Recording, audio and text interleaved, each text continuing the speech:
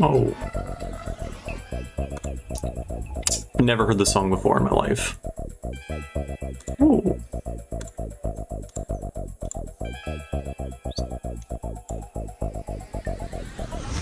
Oh, I didn't even name it.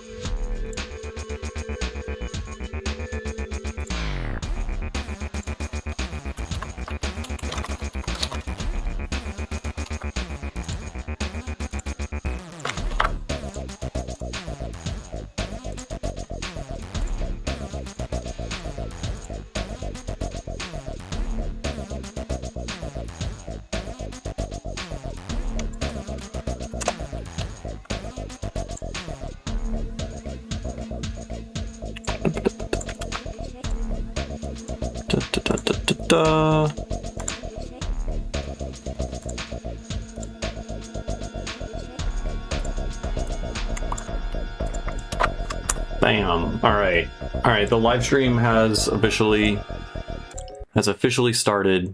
I've pinged the Discord.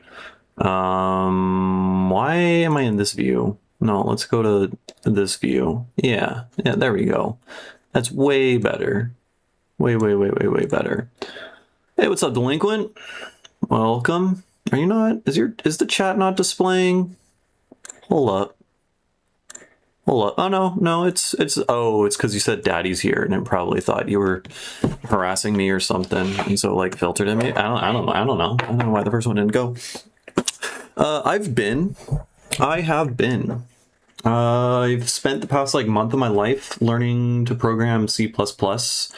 Like fucking 12 hours a day, and it's been fun.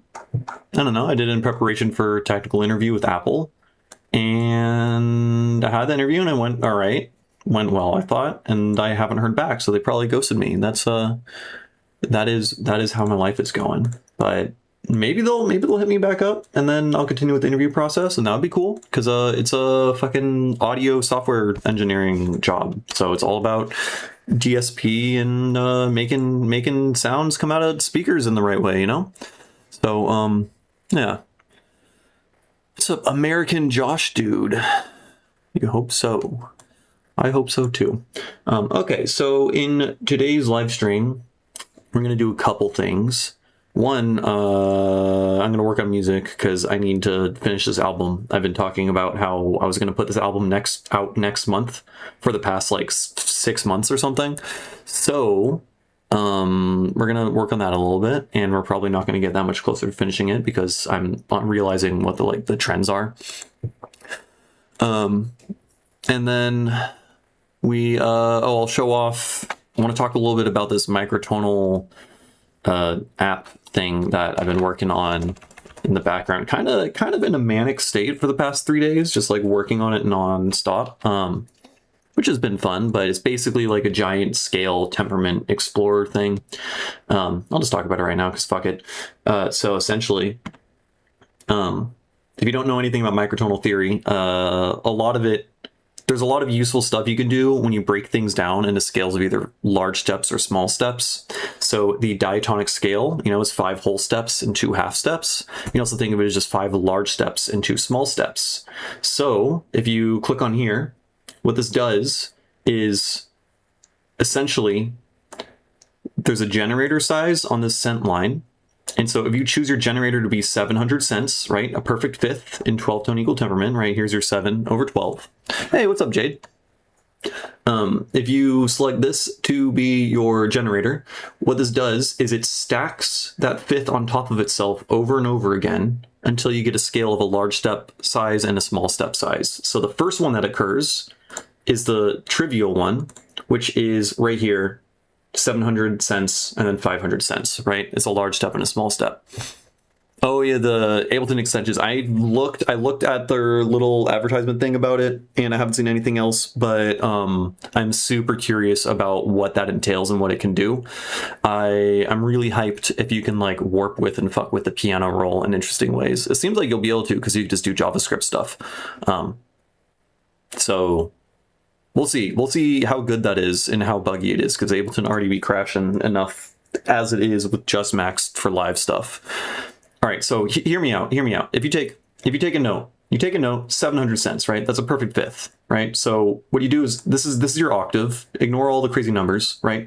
But 3/2, perfect fifth, right? You got that. You place it here. And then now you have a scale of 2 notes. It's a large step, 700 cents, and a small step, 500. This is a perfect fourth, this is a perfect fifth, right? Great. Let's do it again. Let's stack another perfect fifth, right? Here. So if this is C, this is G, right? And then you go here, and now this is C, G, and then this is D, right? Because you go up 2 perfect fifths. Really basic, right? Just like if you know your circle of fifths. If you keep going up, eventually you'll have 5 notes here, and this is your pentatonic scale, right? It's literally, pentatonic scale is just 5 stacks of fifths on top of itself. And then you go up 2 more stacks of fifths, and you end up getting the diatonic scale in the Lydian mode, right? Whole step, whole step, whole step, and then half step, whole step, whole step, half step. That's basically the whole thing. And then if you adjust the size of your generator, right, it's going to change things. So if I make the fifth a little bit sharp, right, this is now 702 cents. That means your whole step is 204 cents, because this is 2 cents sharp, and this is made by 2 generators, right? So it's plus 2, 204 cents, right? So it's a little bit more sharp, which means as you adjust the size, the small step basically shrinks and gets smaller, and then the large step expands and gets larger, right? All the way up until the small step collapses into absolutely nothing, and then you just have 5 notes per octave. This is now 5 EDO, right? So the other way around is if you keep flattening it, the small steps get larger and the large steps get smaller until they completely equalize and become 7 EDO, right? Yeah, I made this. So you can also play this like it is a scale with your keyboard, which is cool. So you can hear how it sounds, right? So this is what a major chord sounds like in 5-EDO. Neat. And then you can hunt for and even find temperaments by, like, if you just play a major chord and try to find the most in tune part, just listen to how it's beating, right?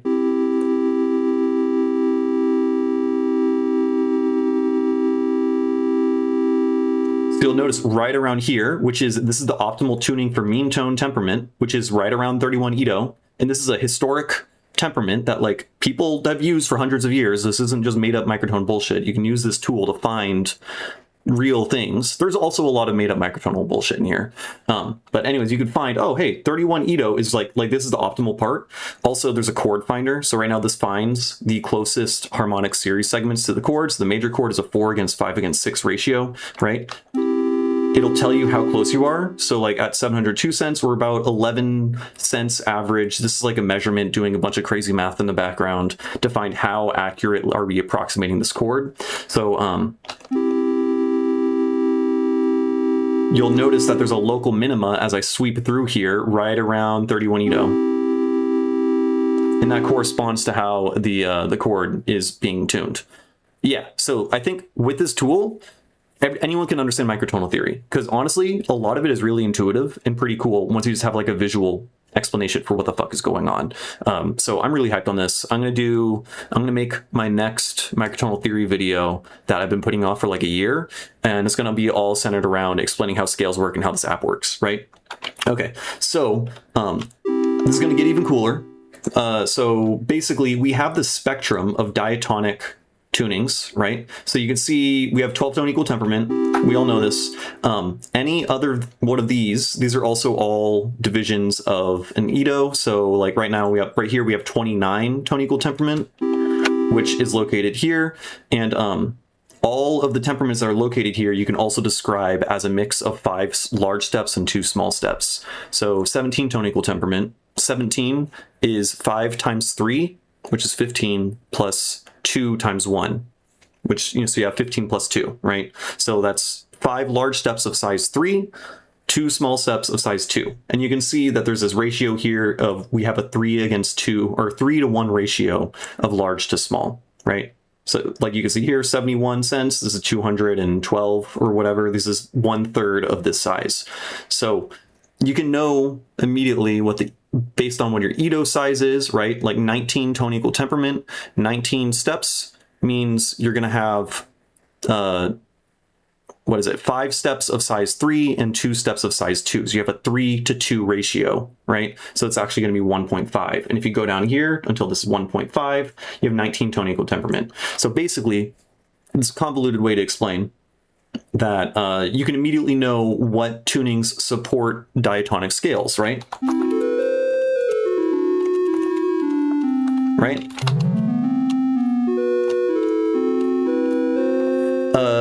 Just nerded out thinking about my neurobase with chord stacks that you tune micro. Yes, absolutely. There's insane cool sound design stuff. If you think about it, temperament theory is kind of like additive synthesis, right? If you're building chord stacks that are like literally harmonic series segments, right? If you perfectly tune this 8 against 10 against 11 chord right here, which I'm like, I don't know what chord I was playing.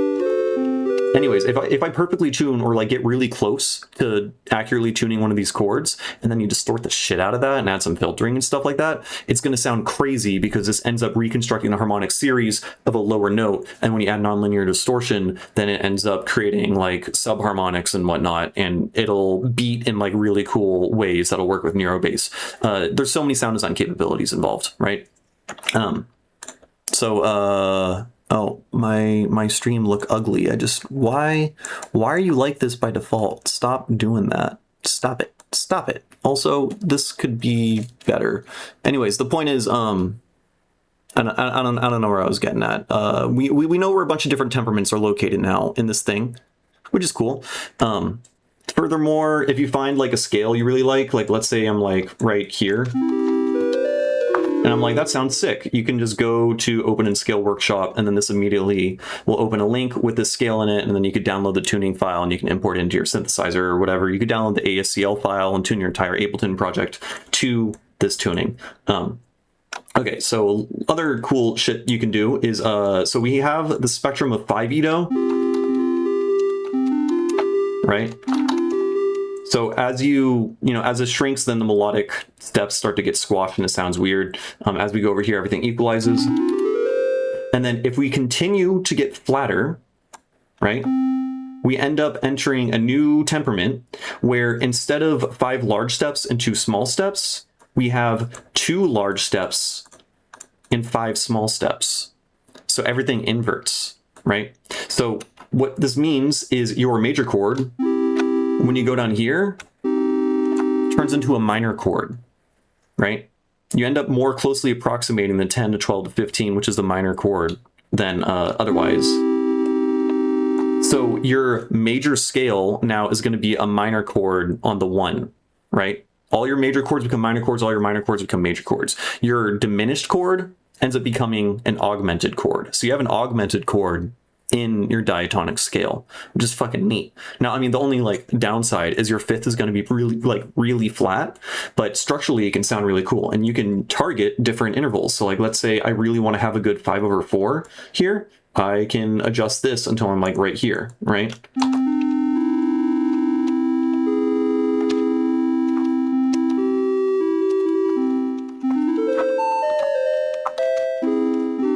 Anyways, weird shit, they're all gonna vary in terms of like usability or whatnot.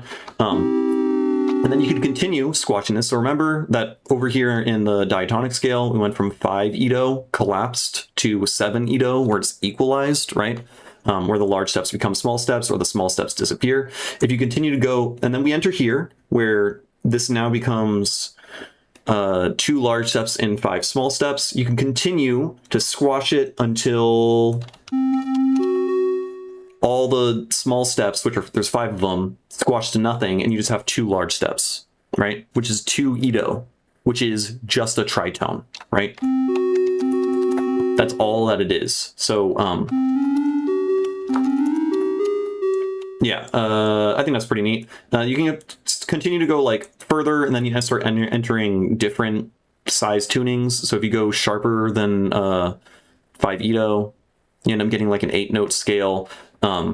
I painstakingly and spent a lot of time researching different temperaments that already like exist and have been named to try to find parts like spots of interest. So you can comb through this and you can find like this right here. It says that this temperament is called squares, which people have like researched before. You can click on this link and then it's going to open up the squares page on the Zen Harmonic Wiki, which will give you a whole bunch of information. Sometimes the information is cool, sometimes it's like less usable, but regardless, it's still like an interesting resource. And it'll tell you if you stack 4 generators, you're going to get 8/3, right? So this is going to be some, it's an octave plus a perfect fourth.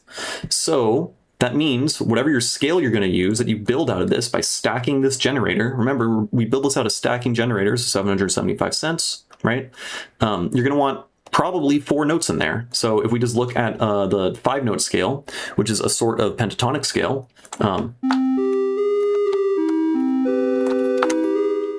allegedly we should get something cool. You can also rotate the modes. Yeah.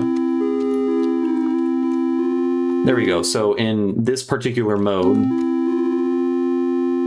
we end up having an extremely accurate perfect fourth made from stacking this weird as shit interval over here, right? The 770 cents one. Which I think sounds pretty fucking cool and like kind of alien and foreign, right?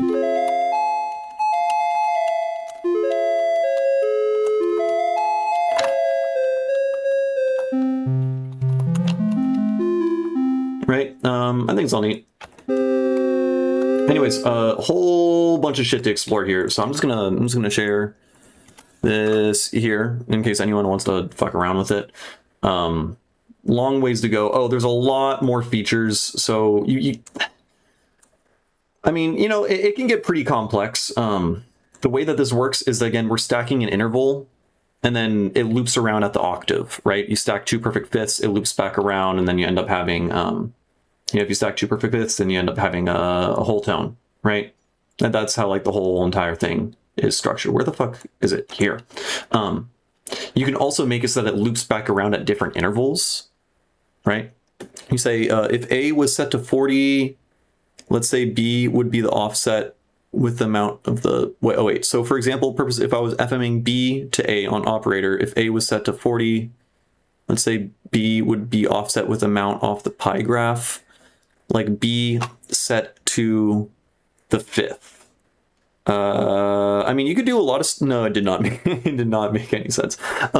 You can, I kind of have an idea of what you're talking about. So, I mean, operators also already pretty cool, like a lot of FM synths, you can just tune them. If you already know enough about temperament theory, you could like purposefully tune, for instance, one note to be 7/6, right? Like hit a weird harmonic interval or whatever, and you get this kind of thing, and then when you end up FMing it, you're FMing the 6th harmonic with the 7th harmonic of some lower fundamental. B would be like 792. I don't know what you're talking about, but I hope what I'm sort of explaining what you're looking for. Anyways, yeah, this thing's cool. Oh, so you can change the period. So again, this thing resets every octave. There's also different period tunings. So you could set the period to be half an octave or every tritone. So what this means is, if I click on the really basic temperament, is we have our tritone and then we add like 100 cents and then we just skip to another tritone and add 100 cents, right? So this whole thing just loops every tritone. So there's a cool temperament here where we know that a tritone plus around 100 cents gives you a perfect fifth. So if we set this area here to be our whatever, our generator within this thing, then we can like select some scale here, and you can find a lot of fifths everywhere, right? There's a ton of fifths located in this tuning, because essentially what you end up building, and this is kind of cool, is you end up building 2 pentatonic scales that are offset by a tritone. In fact, this scale kind of exists in 12 Edo already. You can just play C major and whatever all the black notes basically, or play C pentatonic and all the black notes, and that's effectively what the scale is. But when you tune it like pretty sharp, you get some like pretty cool psychoacoustic effects.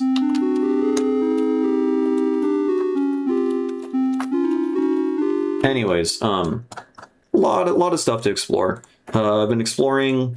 You can like divide your octave into fifths, or into 5 steps basically, and so also just look at the visuals here. It looks fucking sick, right? You can like, yeah, it's good.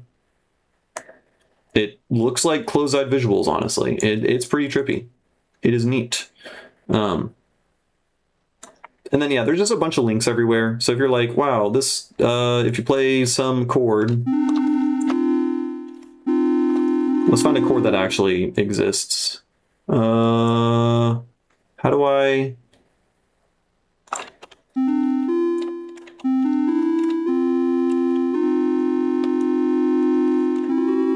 Here we go. So it says here diminished chord, right? I played a diminished chord. You can click on that and then it'll open this up. And then you're on the Zen Harmonic Wiki. It says 5 against 6 against 7. This is like a just diminished triad. You then have this thing and it tells you how many different tunings approximate or recreate this. As much as I don't think microtonal versions of songs that people try to do, I do think it's totally cool to experiment and squeeze some new sounds with it. I think you accidentally a word in your first sentence, but I think you're just saying microtonal music generally doesn't sound good, which is valid because a lot of people are bad at making music. My opinion is microtonal music has way more depth and complexity, or like has way more depth and ability to sound beautiful than normal music does. The problem is most people making microtonal music are not good at it. So if you think about the entirety of normal music, 99% of that sucks ass, right? And microtonal music is mostly made by hobbyists and mathematicians, right? It's not often super explored by people who've dedicated their lives to it. There's a couple artists who have, and they're fucking awesome, but like the majority of it is kind of gimmicky, and like I'll agree with you there. But it just needs to be shown to more musicians who are good, basically. That's the thing. Right? If you show if Tipper plays, I mean, Tipper already has like microtonal sound music, but I think that's more a product of his sound design rather than him like intentionally diving into temperaments or whatever. But if you give a really, really talented artist microtones, they're going to make fucking amazing music out of it. And a lot of the music I play when I play shows, most of it is microtonal at this point. And most people don't really recognize that even. They're just like, this just sounds good and it sounds pretty. If I'm going for pretty, if I'm going for dissonant and scary, then it might be a little bit more obvious. But microtonal music can sound normal, right? You can access normal-ish, like normal, I guess, in terms of not absolutely terrifying kind of sounds or whatever, you know? It just varies. It's a whole spectrum, right? And there's also so many different branches and ways you can go about it. So some people explore microtones specifically for like sounds that have never been done before. And when you explore that, you're going to get some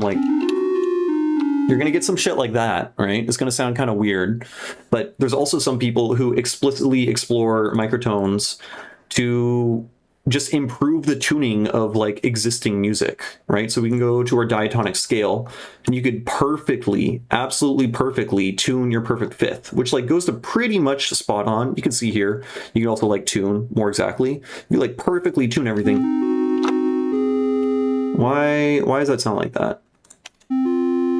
Oh, right, we're in low Korean right now. We're in the wrong mode. You can perfectly tune your music so that your fifths don't like beat and whatnot.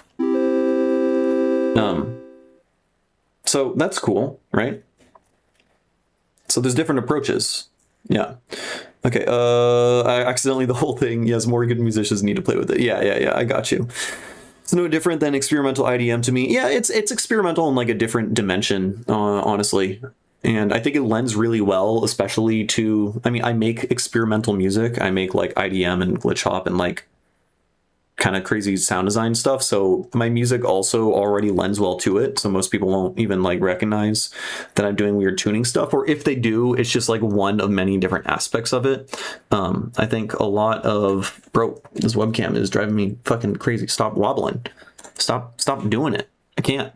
It's just getting worse. Every time I adjust it, it gets worse. Okay. Yeah, I don't know. It works well for like weird experimental music, but there's also people who make like classical music and they're just like doing things in like well temperament or whatever, so that your major chords end up sounding like completely pure, or exploring just intonation for sound design purposes, like you were saying, Delinquent. You could use just intonation as like another way to like approach additive synthesis, honestly, but like with entire waveforms as opposed to like sine waves or whatever. You can like reconstruct really powerful and interesting harmonic series. Like one artist that I like a lot, this guy's name is Manfish. Why is this being like this? Manfish, I want to say this 27th harmonic, maybe. I don't think it was this one. Maybe it was this one. Come on. Hello? This is not it.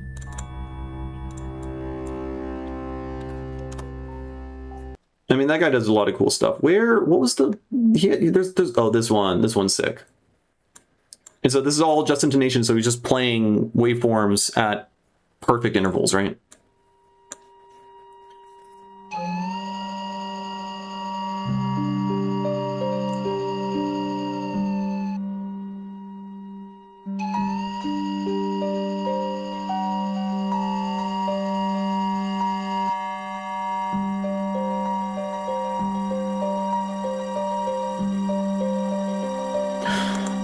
Anyways, sounds good, right?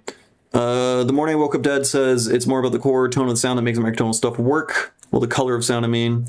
How you can compose with it. Yeah. And you can also just approach it like, it just like colors things a little bit differently, right? You can play the same exact song, right? Like that sounds pretty fucking normal, you know? It's not that crazy, but it does sound a little bit off and it colors it a little bit in a different way. Also, just like, notice how fucking pure that major chord sounds. Right? You can hear it beat like once or twice a second, as opposed to like here. It's going bop, bop, bop, bop, bop, bop, bop. Right? Over here, it's just like bop, bop, bop, bop, bop. Sounds cool, you know? It doesn't sound unfamiliar. It just sounds like more pure, I feel like. But my ears are also cooked. I listen to weird fucking tuning stuff at this point, so. Yeah, anyways, so this whole thing, I'm gonna make more videos in the near future. I've been so locked into this. It's been spending so much time working on this thing and just cataloging temperaments and reading shit on the wiki. Because really, like, the biggest problem with all this stuff is learning it is a fucking nightmare. And I think this is just like going to be the most intuitive way to learn it. There's a YouTuber who's getting big. Yeah, Levi McLean. Yeah, he's doing good work. He's doing good, important work, but he's just so YouTuber-y. I like the video, the stuff that he's talking about is so cool. And the theme, the subject, the thesis, his conclusions, they're all really, it's good shit. It really is, but he's just so fucking like YouTuber-y, and like it just makes me cringe into my soul, and I can't watch his videos half the time. He's making up terms like shimmer chords. I think shimmer chords is fine, honestly. I think that's okay. The problem with microtonal theory is you're going to end up having to invent words. Like, I've invented my own fucking words to describe stuff. I try to avoid doing it whenever possible because there's too many goddamn words, but sometimes you got to.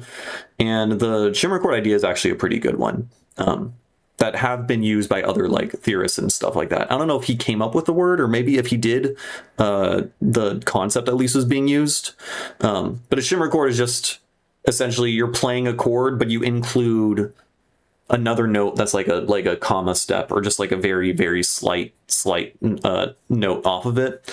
It's about like utility of the word, but Yeah, he's just so YouTubery. I don't know. He just the cadence, the way that he speaks, it just I can't. The jump cuts. I mean, I get that people don't have like any attention span anymore, and he's trying to make a living doing the thing, and he's like cares a lot about YouTube or video editing and stuff like that. And I don't care about video editing, frankly. You've all seen my videos probably. So, what's up, Nick? You're not very late. Anyways, he's cool.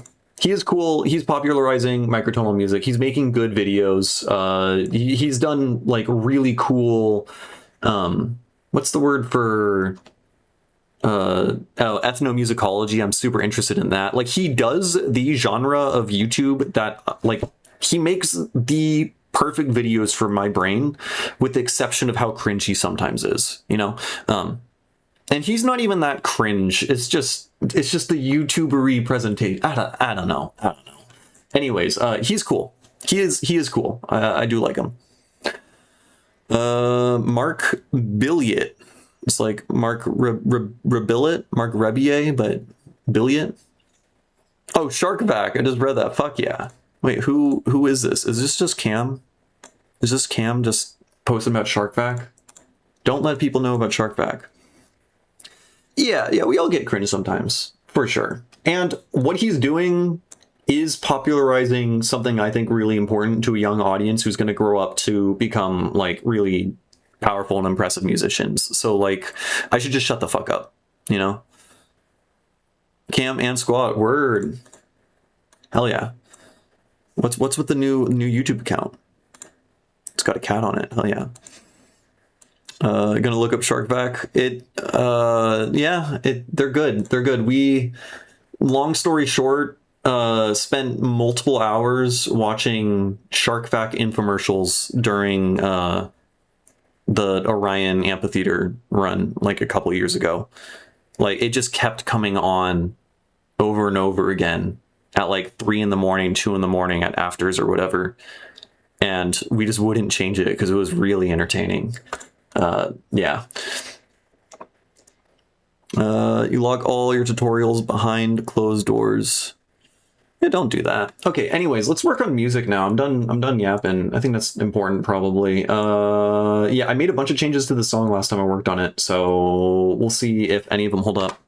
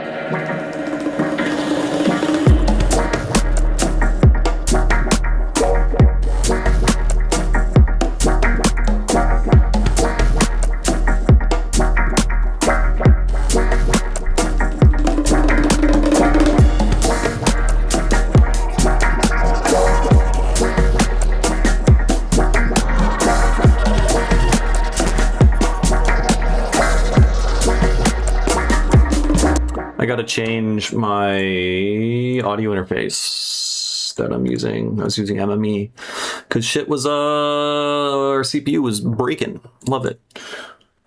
Yeah, there is spring reverb at some point. Yeah, FL Studio ASIO, and then also this sounded like ass. What was this?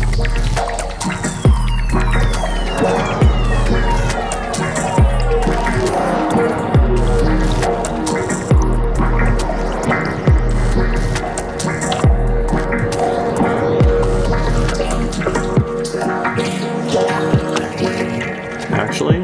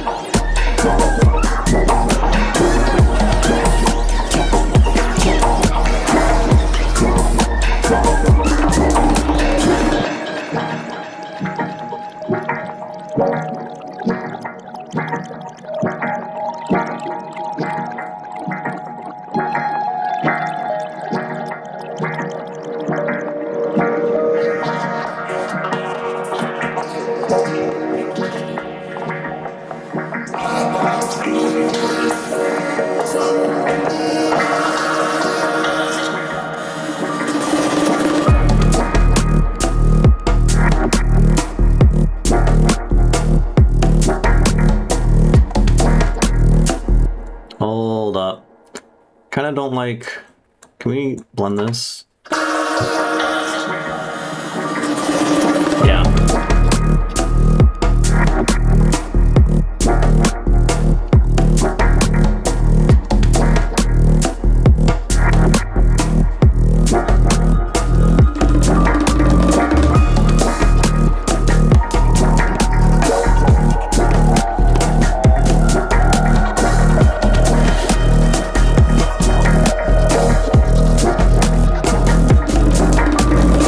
Clicks in vocals are fucking annoying. I thought I got almost all of them. There's a couple parts that are kind of clicky, but they're like artifacts of the vocoder, which I thought sounded kind of cool.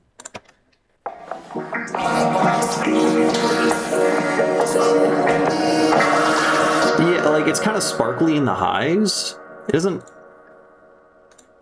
But now that you say they're annoying, now I'm like self-conscious and aware of it. I thought they were fine, but maybe not. Oh, thank God. Okay, okay. That's why I was self-conscious about it, because I spent fucking time. I spent time making it sound good. Okay, okay, okay. Cool, cool, cool.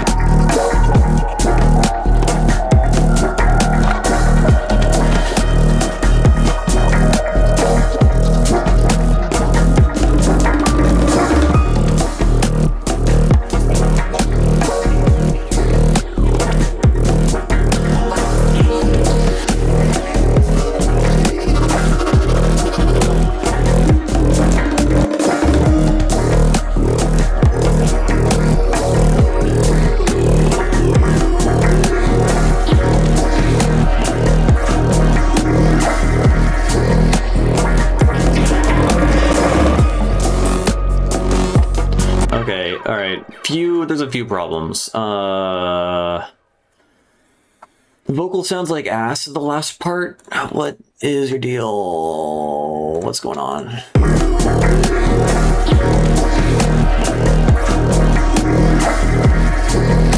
Right, okay, I was trying to do a formant shift thing. You really can't hear the first half of it. Is it just a result of the formant shift?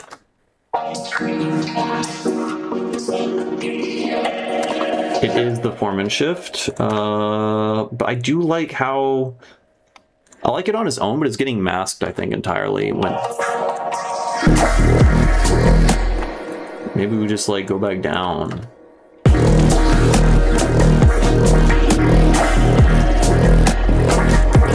There's just a lot of sounds. Notch filter bass, very samey. I mean, I kind of like this part, even though it is samey. I have not felt the this shit is boring muscle when it came to this part. Just because it, where's all the other shit?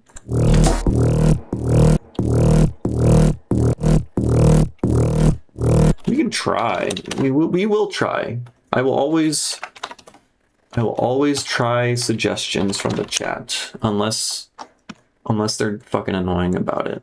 Sometimes they do that, but y'all usually just give me nothing but good advice. So I will try. Let's just fucking give it one of those, and then make that slow.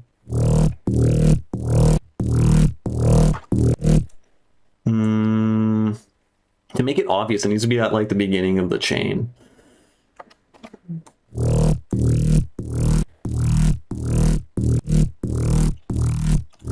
We can, I mean,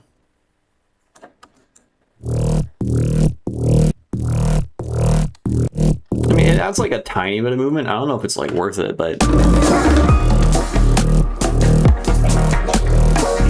actually it adds a little bit of width and panning. Okay.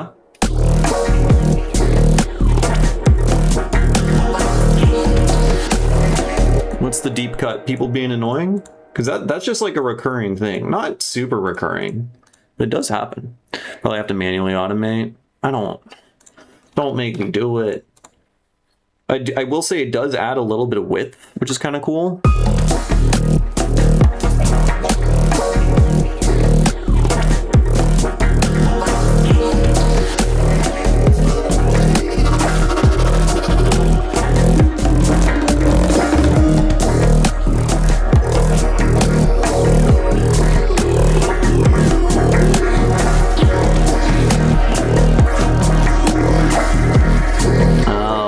I think that's what I don't like. Do we want to filter that out? Probably not.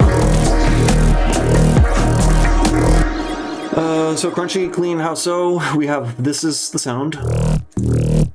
It is this, which, let's check what this is. We got operator. It's just the same frequency. We're just doing same frequency kind of operator shindig, but this, the envelope is pulsing, right? So without it, where there's, I know there's, oh, hiss. We just got one of those boys, right? And then we add some roar. Make it a little bit thick. There's a little bit of bias, which is like adding more even harmonics, because even harmonics are cool and people don't use them enough. And then we add erosion, make that shit super crunchy. Well, okay, it's not super crunchy yet, and that's because we didn't add the fat rack, which this, I just stole, someone posted this on the EDM production subreddit like 7 years ago, and I use it very frequently. So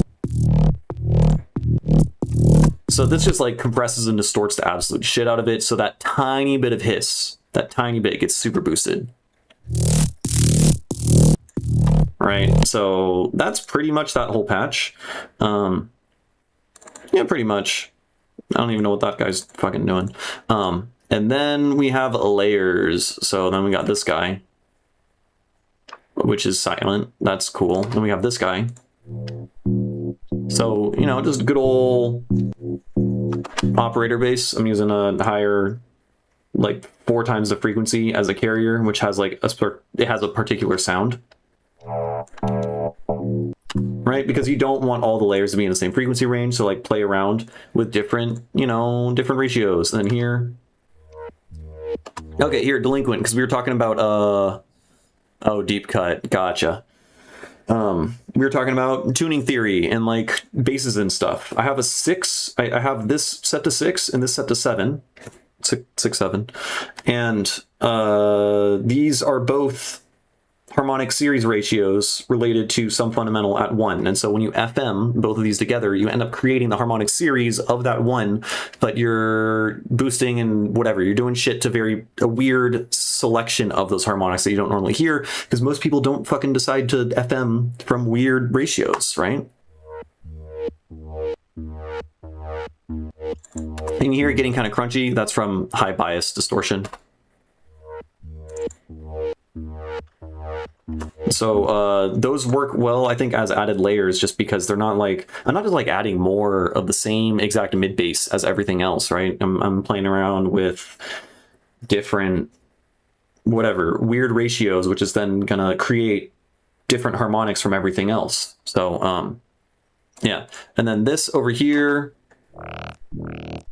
I mean, this is just like a dispersion base. I made it with hyperfield, which, I mean, you could recreate something similar to this if you use like Harmor and like tweak the prism just slightly, or honestly just like play around with dispersion dispersers, automate dispersers around, automate the cutoff for dispersers. But it's, you know, you can hear it's just a saw wave with like some filtering of some sort and a little bit of dispersion. And then we're not done yet. All right, speaking of more weird ratios, we have a 7, and this being FM'd by 1. So we're dividing our carrier by 7, right? Which means we're like vibratoing it at a really low frequency. Right, if I make this half, you can hear the vibrato, right? Because this is just, you know, FM is just vibrato. So that the frog sound that you can get from really low ratios, right? Moving octaves down. It's something you can learn to hear very, very easily, I think. It just like, I don't know, at some point my brain just like realized, I'm like, it's just fast vibrato, right? And then now when I hear FM with like low frequency carriers, I can just hear it. And that works well to, I don't know, add crunch, beef, frog, you know, sound needs frog. And so if we layer these, we layer these, right? Now, a lot of that crunch is coming from the high bias distortion on the roar because bias sounds sick and adds even harmonics. Don't forget about doing that, you know? Or you could, you know, you could use like a, whatever, some like weird bipolar half-wave rectifier also works because, you know, it rectifies half the wave, and asymmetrical waves create even harmonics. I have a whole video talking about wave shit. And we got this guy.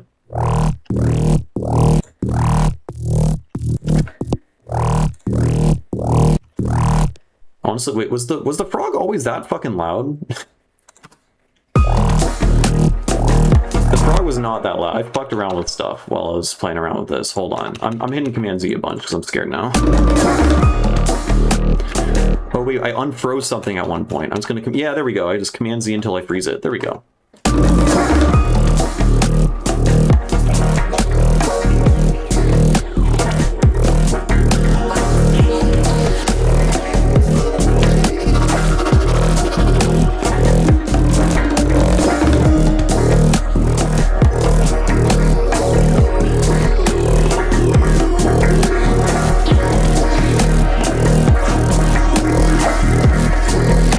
Things.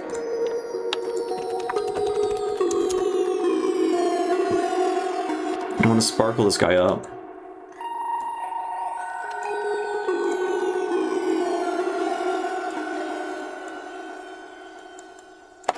Do I want, why did I do that? Can we not do that maybe?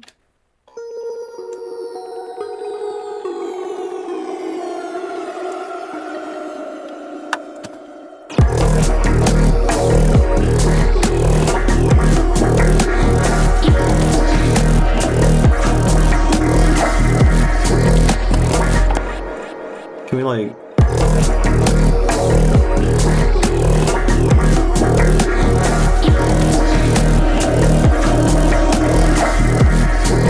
Okay, kinda. We can kinda make that work. It gets masked, like, hardcore, which means... Maybe we compress it. I think we compress it afterwards. It's getting masked by all the shit happening, so I have to increase the frequency spectrum average, whatever, so I'm using grain delay. Also makes it sparkly, and sparkles are cool, right?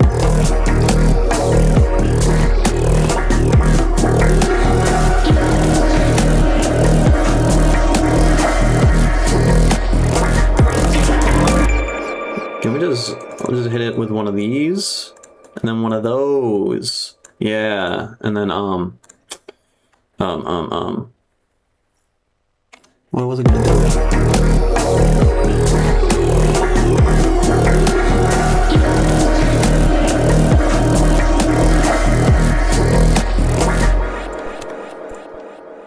And then we hit him with one of those. And then what do we fucking, I don't know, maybe we crush it at the end. A little bit crush.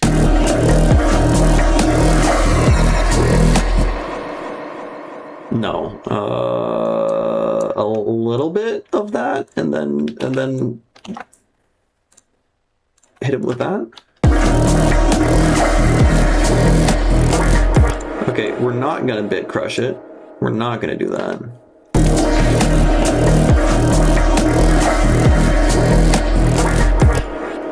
Okay, and then we need this shit to get quieter.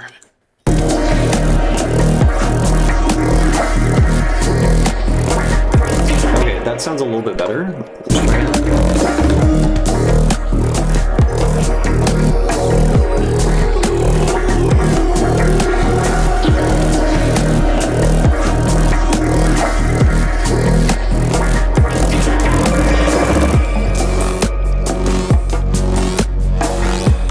Okay, now it gets kind of quiet, which is an issue.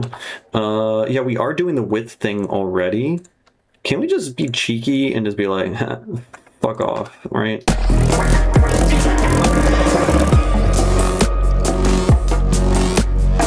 That's not gonna work because doing limiter things. What can we do? I mean, one, why do I hear a bunch of noise right at the end? And a click. We also got a click. Oh, right, I did do that originally. That's what the problem was. I undid that.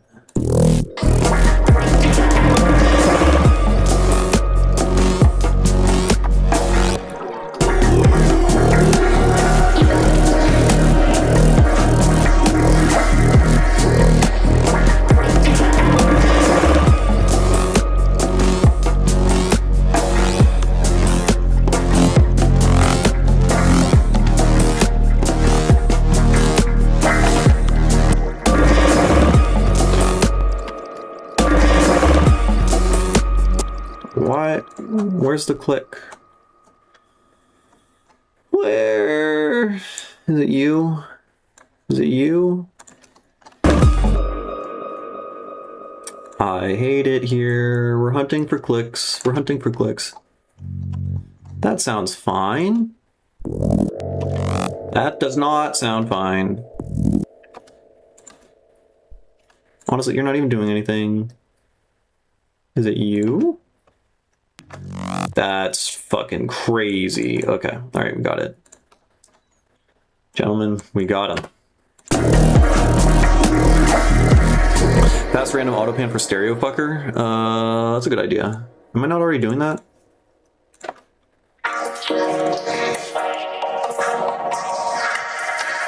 I mean, that's doing it, but we probably should put on more elements.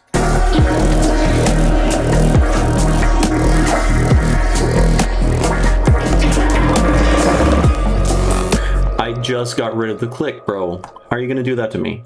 How are you gonna do that to me?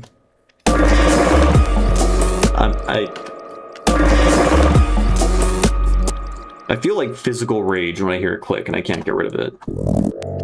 Oh my god, it hurts. It does hurt. What? Are you serious? That wasn't it. There's no way that was it. Oh, we got him again. Okay.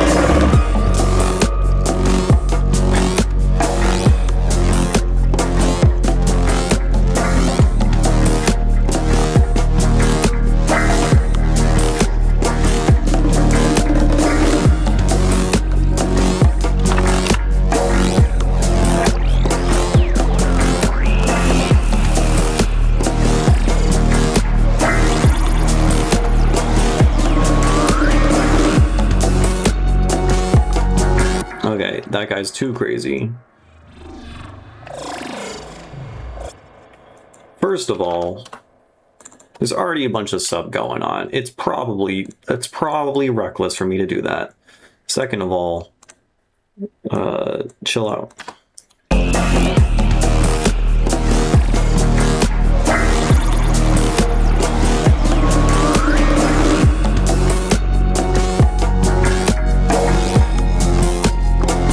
And then the levels are off because this sounded terrible when it was super loud earlier.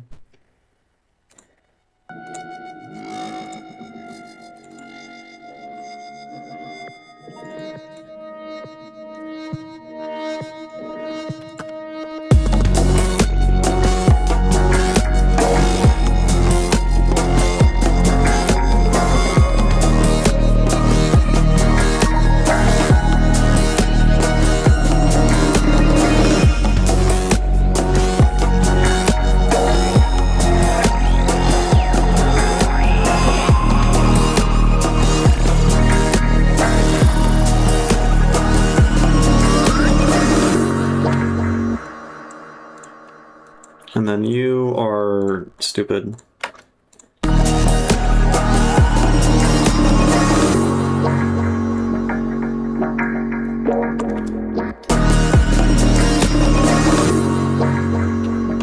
Let's just cut that out. Okay, let's go over here. Let's just refresh. Honestly, I'm gonna get some water real quick. I'll be right back.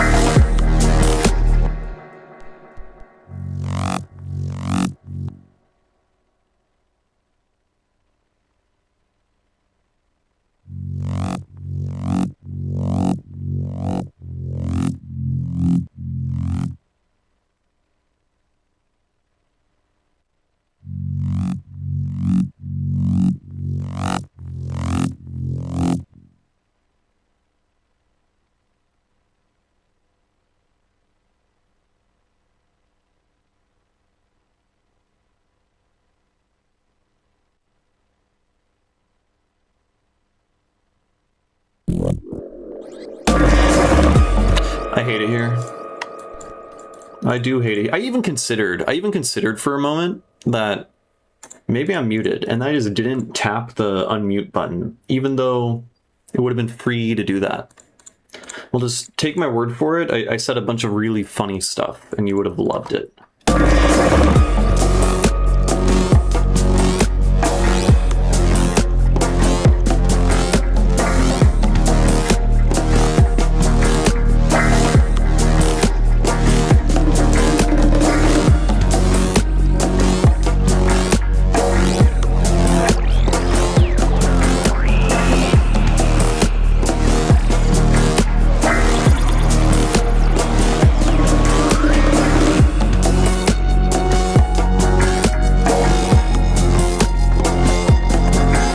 Like how the tails are working. Like it gets quiet right there. Why? Add more reverb. Splash a bunch of shit with reverb. Like what's going on?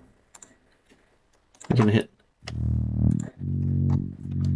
You're fine. Like, let's just be silly with it.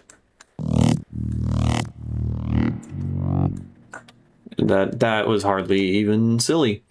Cat spring reverb.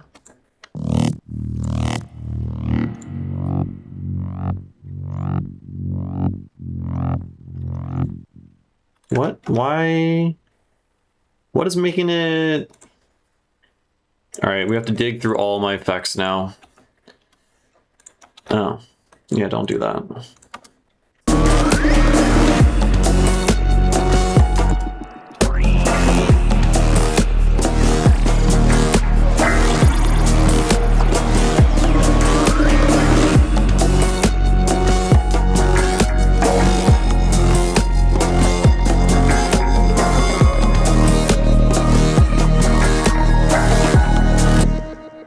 Okay, why is this now offset? What the fuck's your problem? No, you shouldn't be playing on the downbeat. You're supposed to pulse out, bro. Oh. What?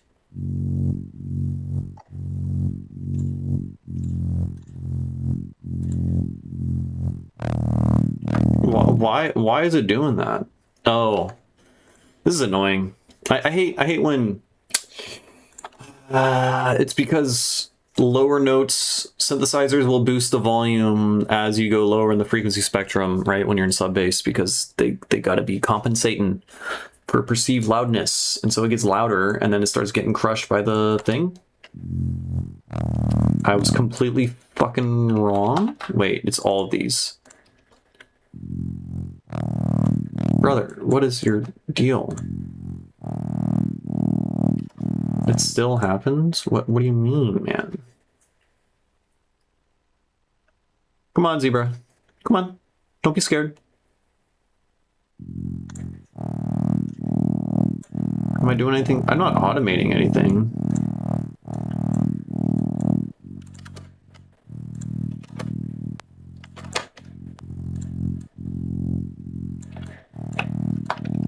I don't know. I'm just gonna do that.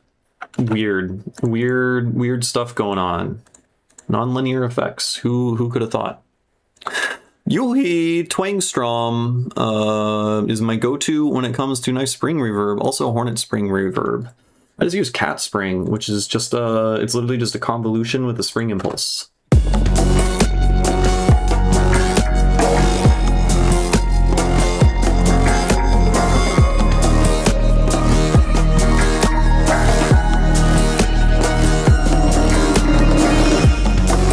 Maybe I was onto something when I had this here. Yeah.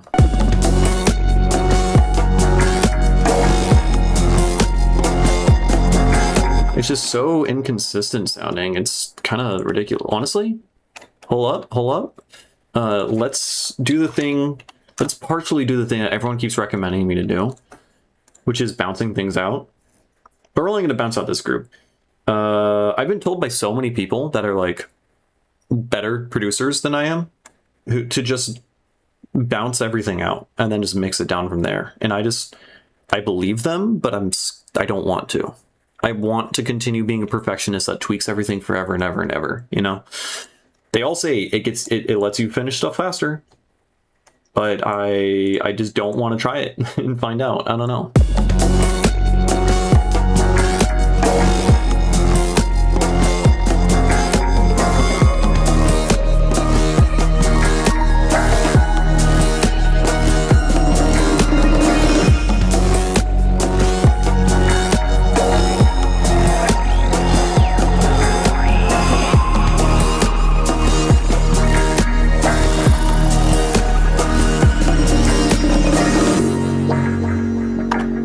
Let's then we can just you could just turn off right there, and then we're just gonna loop the good parts.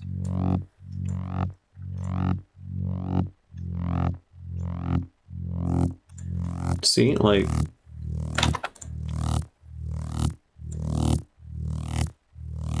I mean, are those fine?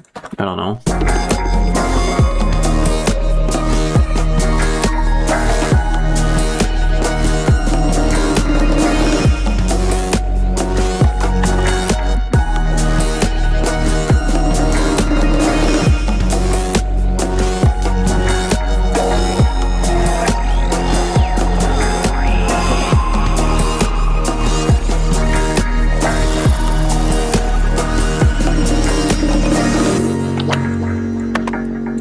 There was just like a couple bits where I could really hear the erosion seep through, and it sounded bad. You make a second save and bounce everything in the duplication. That way you can go back and edit whenever. Yeah, just I don't want to have to deal with going back and switching between project files and stuff. But everyone says, you know, you just commit to ideas and you actually finish things and you just mix things down. You know, you don't have to deal with like inconsistencies and things behaving in unpredictable ways. What was I gonna do? Am I done for now? Let's take a step away. Oh, I don't like what I did with the sound design here.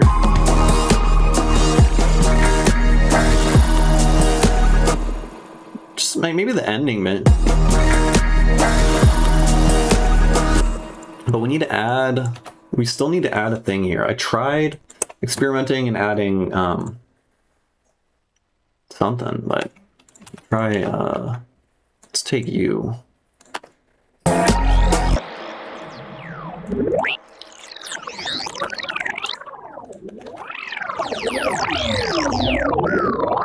Okay, this guy. Honestly, let's use my plugin. Let's do the plugin. Oh boy. Good one. Good job. I'm proud of you. Let's just hit with one of these.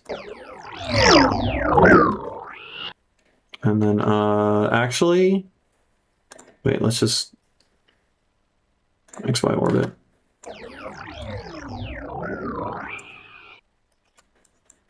And then we will stretch out.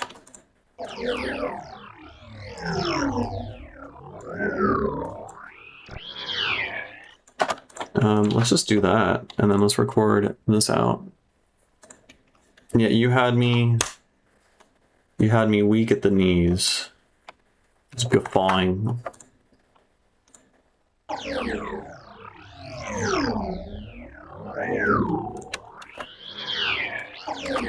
Let's try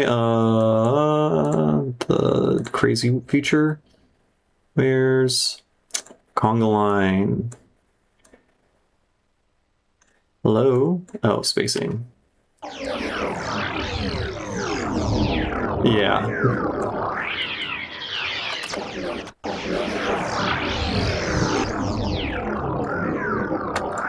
Yeah, that's cool. That's neat.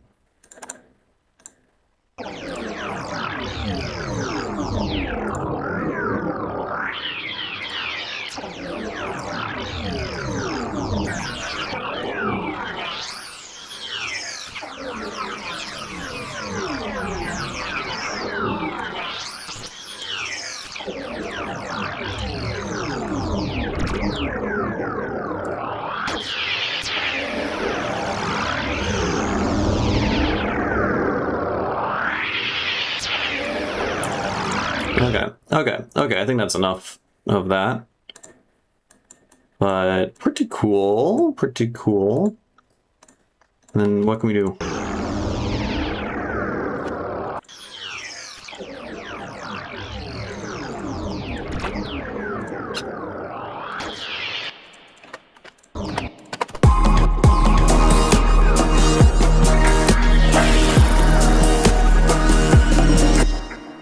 The fuck is the plugin? This is my plugin. I made this, and I still have not made a fucking video advertising it because, I don't know, I got like ADHD or something. I just keep changing fucking projects. Okay, the splitting the object into like 20 nodes and having them rotate around, that feature is not in the released one. But, hold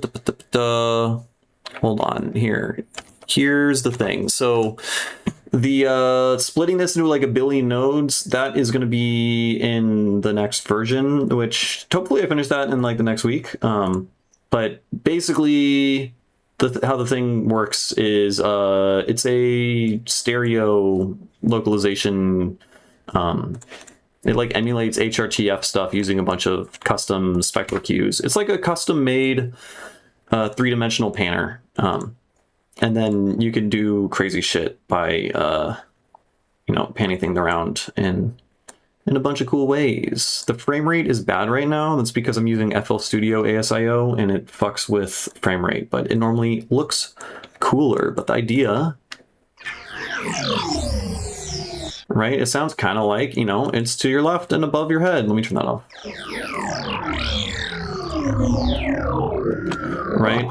Something else you could do is you can, let's make that stop.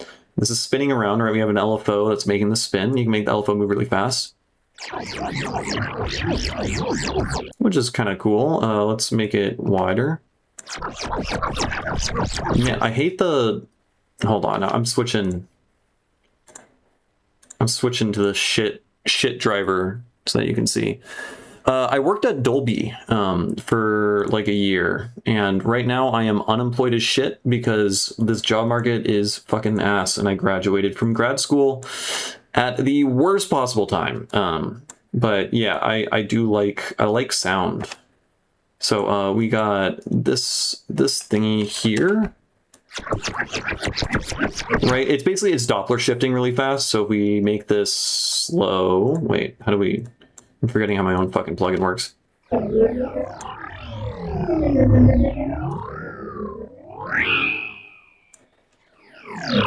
mean, it's already a pretty crazy sound, so you can't really tell that's Doppler shifting, but hold on, let me stretch this the fuck out, and then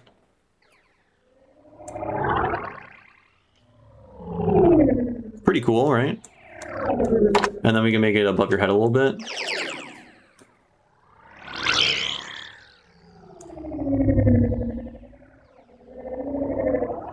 Pretty cool.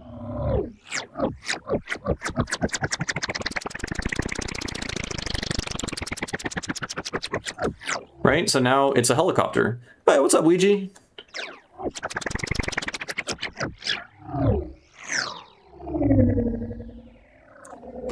Oh, and what's even cooler is you can walk around in 3D space. Let me just loop.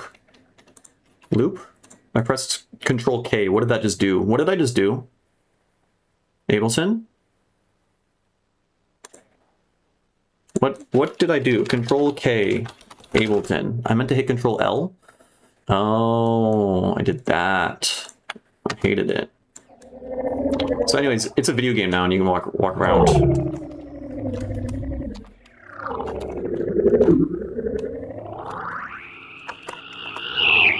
Right? That's pretty neat. And then we can make this guy go really fast. You can spin around.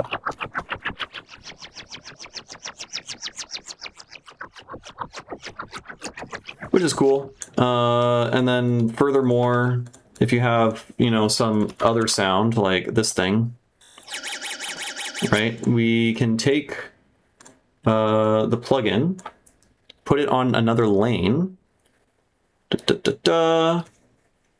There's so much shit going on in this project file. And then we can link both of the plugins together such that they both exist in the same instance, and then they will both rotate relative to the listener, and you can control them both from the same window. So we can make this guy go down here, and then we can press play, right?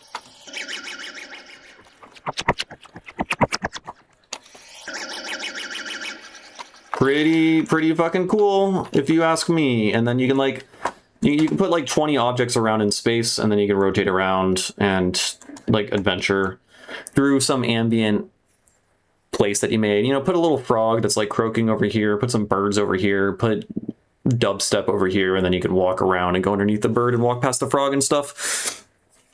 Thank you, Cools. I appreciate that. I need the money, so that would be cool. Yeah, all updates to the plugin, of course, you know, will be free. There's a bunch more coming. The next version of the plugin that you don't have these features yet, but what's coming? So is basically, normally there's just a stereo orbit mode where you can split the object into slow you the fuck down, slow you down. So this guy, right? If we press this, right? So now the new feature is you can change this in, there's like a bunch of different modes. So this is called Swarm now. It used to be just called Stereo Orbit. So you can now split this into like 20 different things that are rotating around. right? And then you can like increase the speed.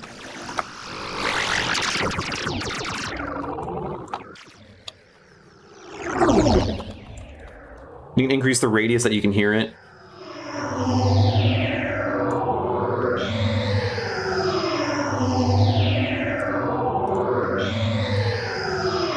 Oh, right.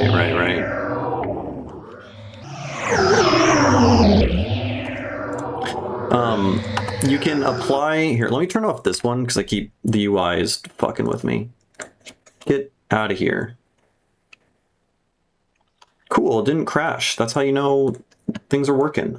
Okay. So what was I gonna show?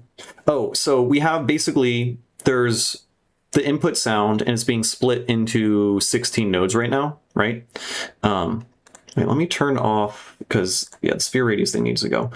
So it's being split into 16 different nodes, and then you can apply a delay to each of the nodes, right? So if there's no delay at all, it will sound like this. Oh, well, there is... Sorry. There is some delay because there's Doppler shift. So with Doppler shift turned on, there's the speed of sound is enabled. I assume the monocompatibility. Basically, there's this binaural knob. I'll just demonstrate it right now. Let's turn off conga line, and then just set this to this. Make this stop moving. This is binaural mode adds phase differences between the left and right speakers. So with it off, it sounds like this.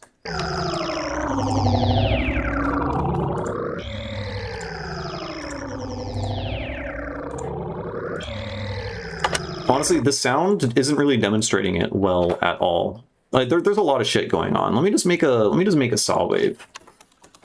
Just something that we all know and can have as a reference frame. So certain sounds will work better than others because, you know, the virtualizer isn't perfect. Also, human ears aren't perfect, and the way that we localize different sounds varies per person.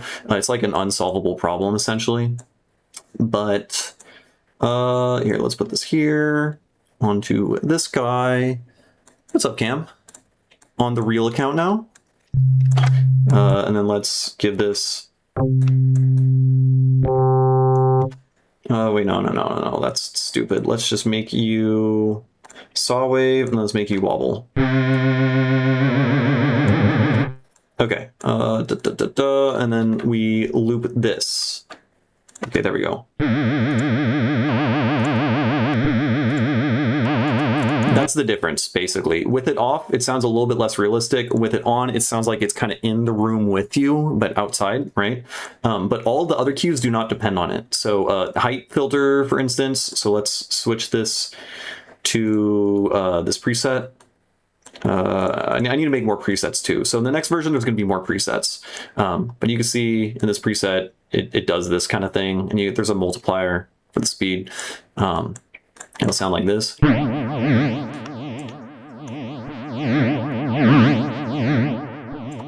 The latency is really annoying. I wonder, oh, I bet I could tie the project latency via the buffer size directly to the visualizer. I haven't done that. I did not realize that this kind of thing was here. Okay, cool. That is the next thing I'm going to do. Anyways, there's visual latency going on, so that's annoying. Anyways, so... Oh yeah, it's behind you right now, so...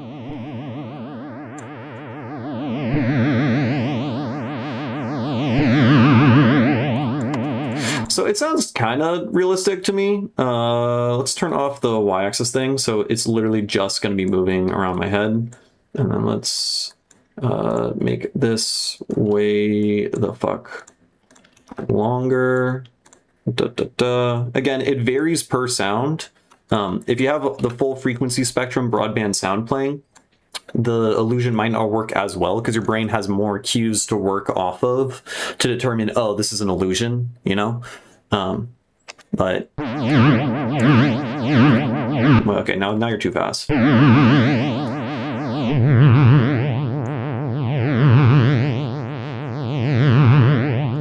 And then without it.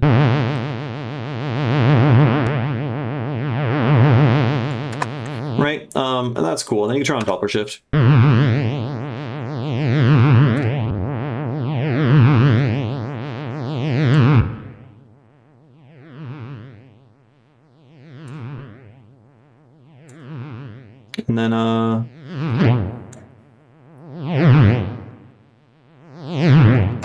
And then there's a bunch of other stuff, like you can add, oh yeah, there's a reverb on the whole time. I forgot about that. That was silly. You can add early reflections, which basically the early reflections will add copies of the sound coming at you from the angles off of the walls. So essentially, all of the walls of this cube end up sending copies of the wavefront to you, and then that ends up giving you additional information to determine whether or not it's in front of you or behind you or whatever. Right? Anyways, that's how that works. But yeah, the binaural thing, the phase coherency thing, isn't really a thing to worry about, frankly. Like, if you want a super more realistic illusion, you can turn this on, but it still sounds fine, I think, with it off.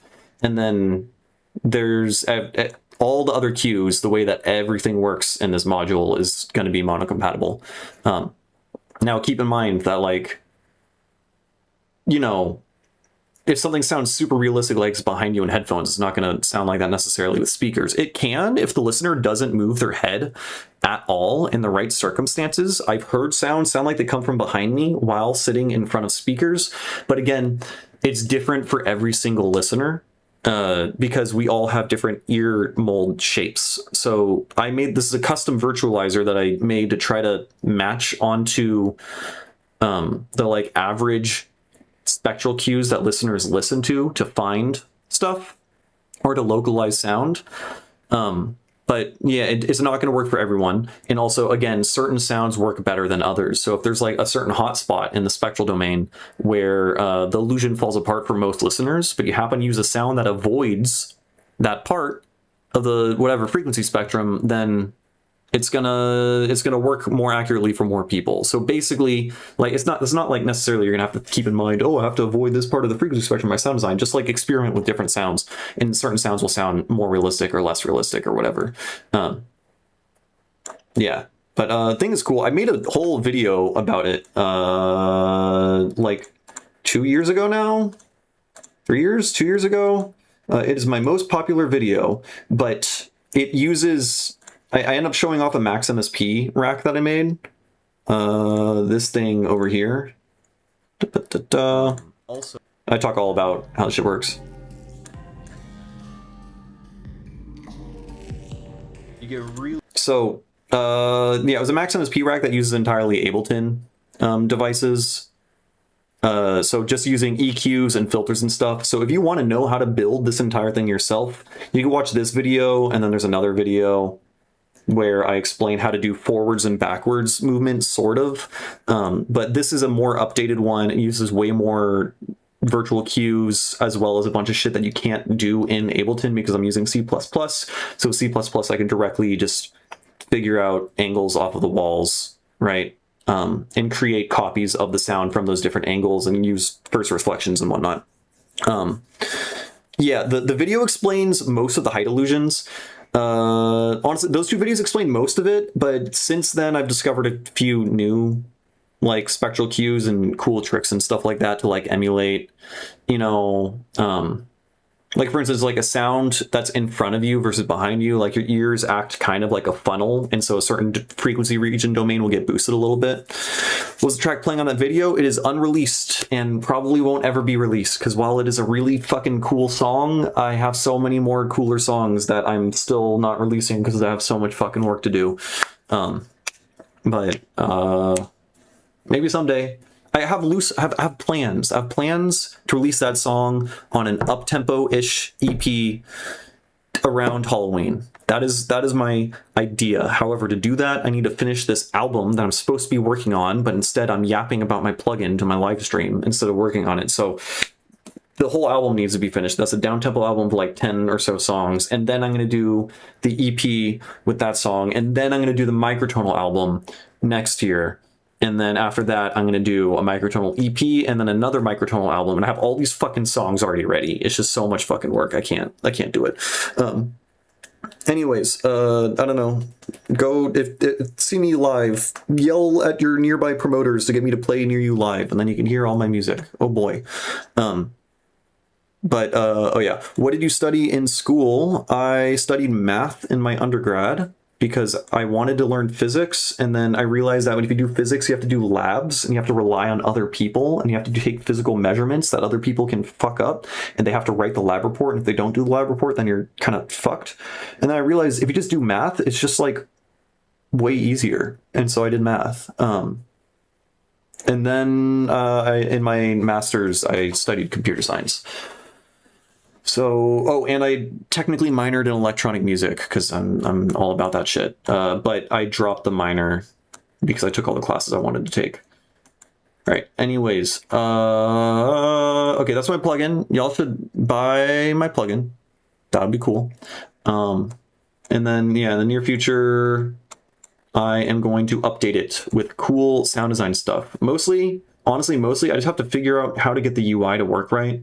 It is kind of a nightmare to like look nice. Also, I need to name it something because it's just called XYZ Pan.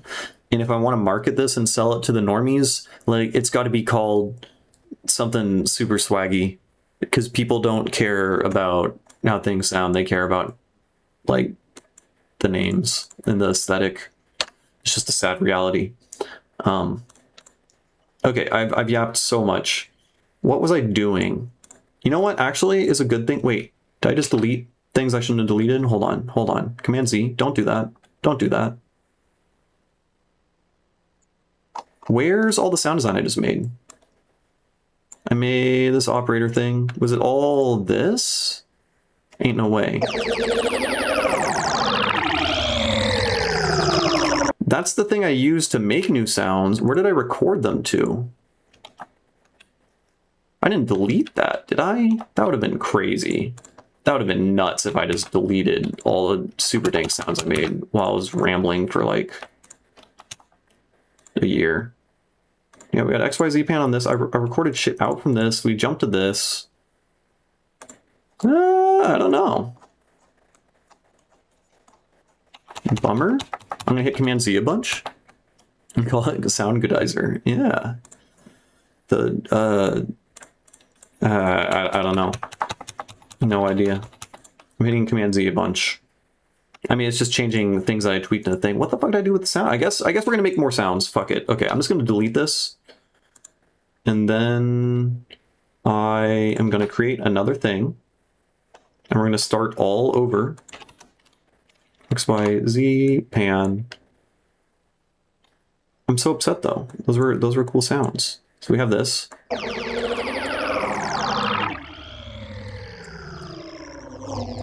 Yeah, the latency is so annoying. I mean, there's literally like 600 milliseconds of latency applied to my project right now because my CPU can't handle this shit. And then let's change this to the Lysijuice. This one is pretty cool. Why? Oh, right. I have to do this.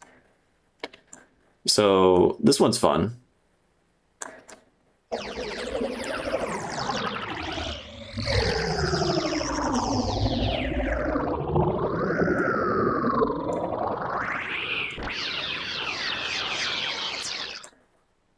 Oh, buddy, come on.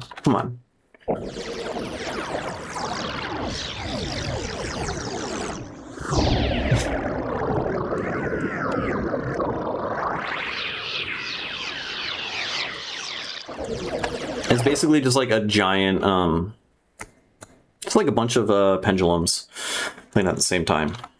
All right, let's record here. Though honestly, that doesn't sound the coolest. We can do the Helix one.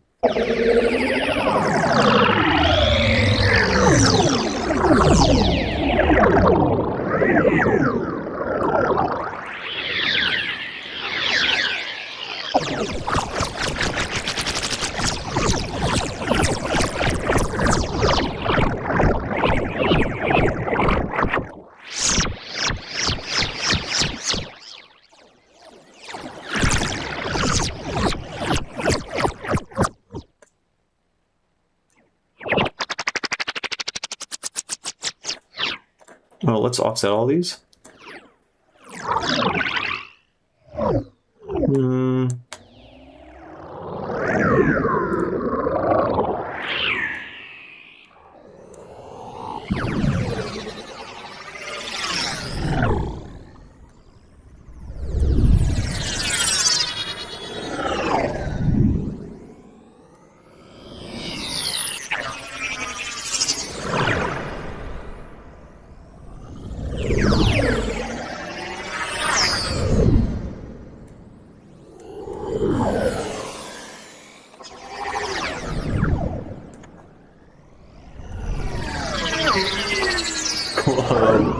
That one was cool.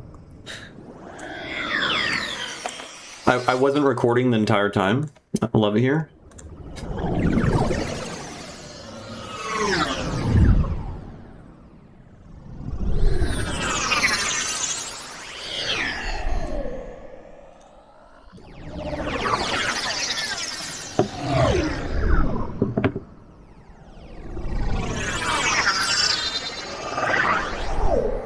Okay, that's all I needed. Let's turn that off now. And I just wanted to add, I think just to like here.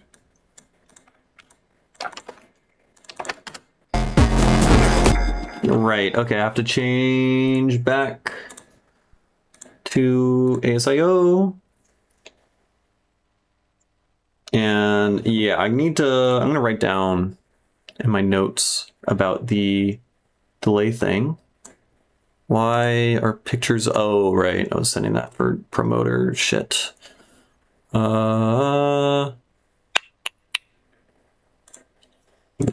gonna add to my notes,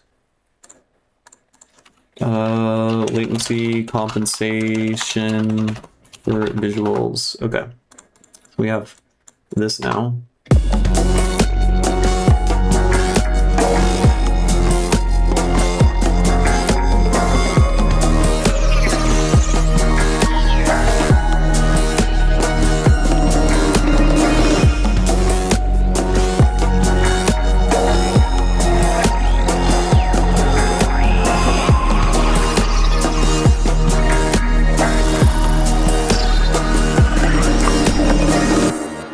And then, you will be like that. Da, da, da.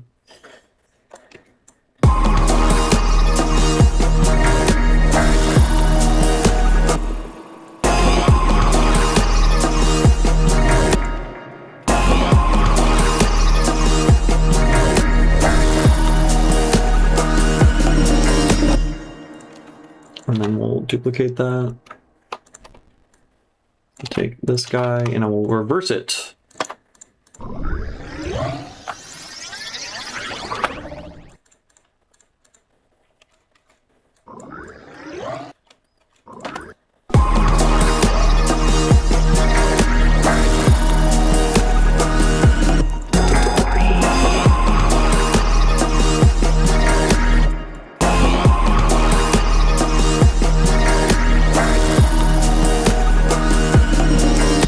Like it. It's just too busy.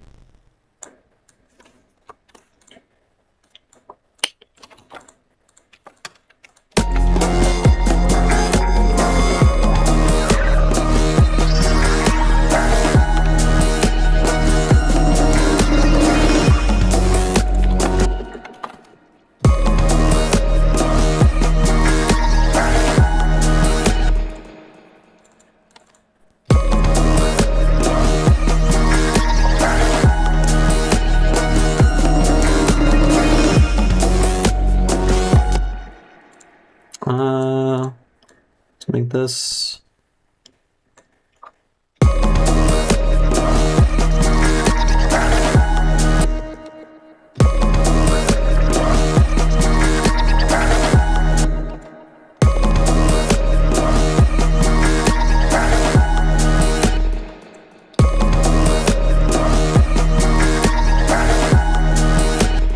Like, it's kind of cool. Okay, okay, and then we'll just give it something like that.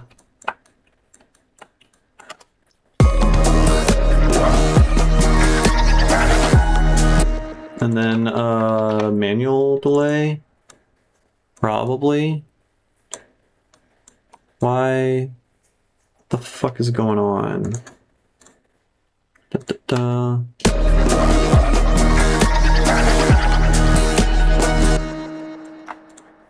Ping pong.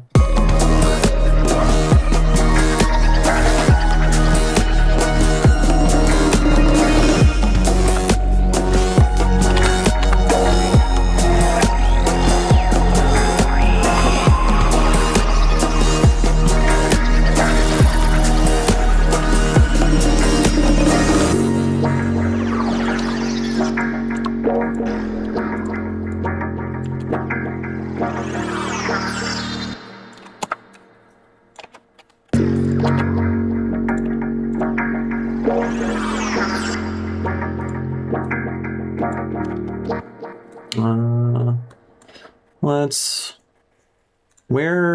yeah, this one. Hey, what's up, June?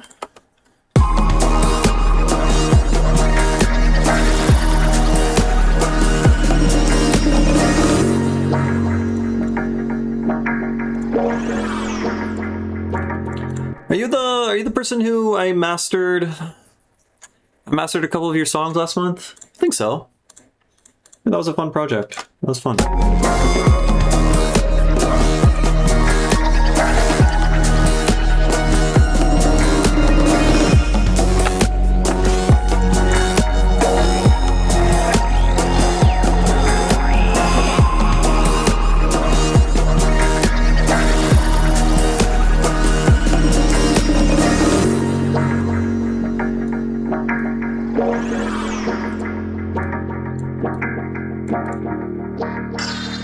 I think we just gotta mute all of that. I don't know. I feel like I put a lot of effort into making cool sounds, and I can't make them actually fit in the thing, and that is annoying. However, I think I made good progress on some stuff in the song, and I've probably been listening to it for too long, so we are gonna leave it and go somewhere else.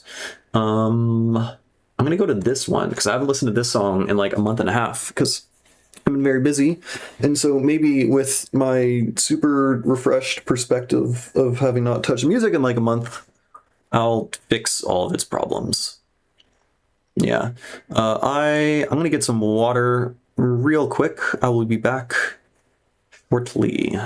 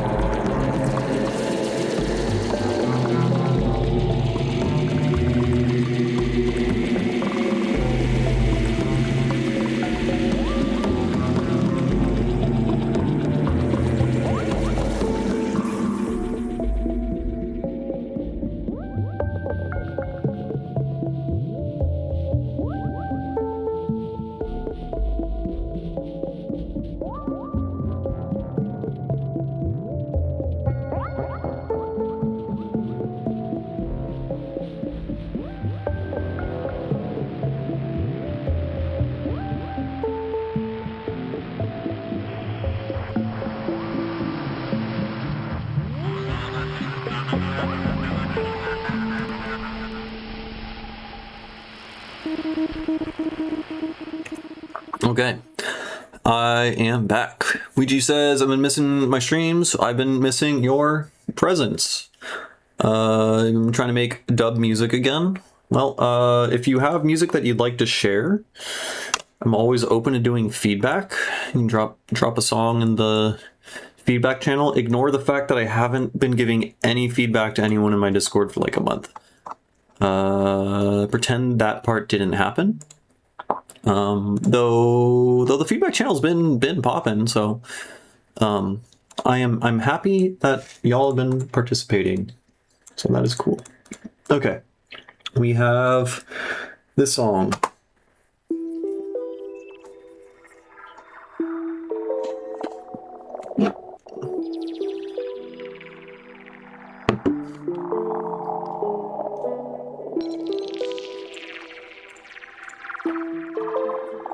Yeah, I'm not crazy about music in the intro. Latest song is on YouTube. Okay.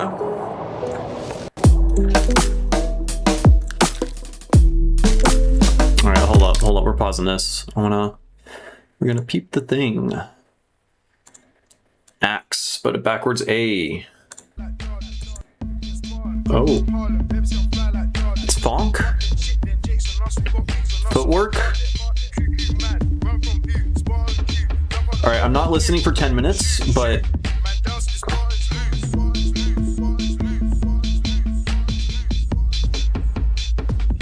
this is gas.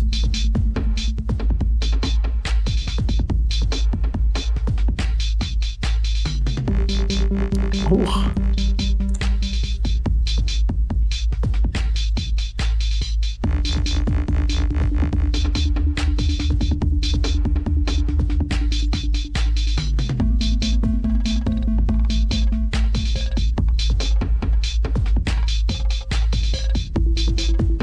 This is sick. This is super cool.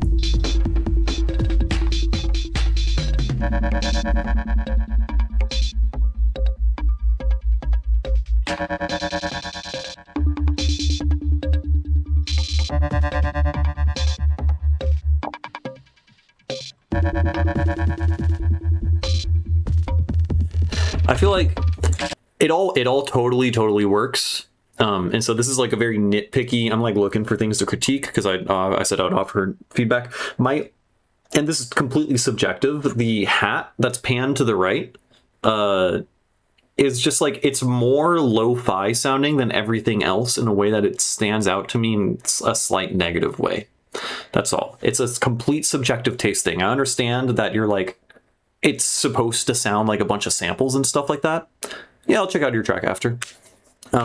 I understand it's supposed to sound like a bunch of samples, and so that's the vibe it's curating, and it does it really well. I just personally don't. I think that particular hat sample could be made slightly cooler. Maybe. I don't know. I'm just looking for stuff.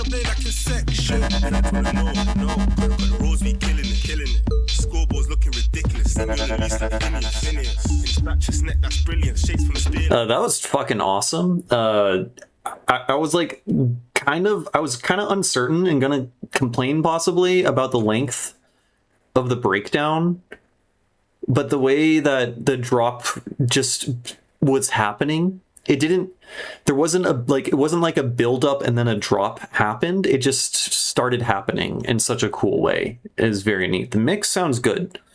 I don't really have any critique to give on the mix, at least in headphones.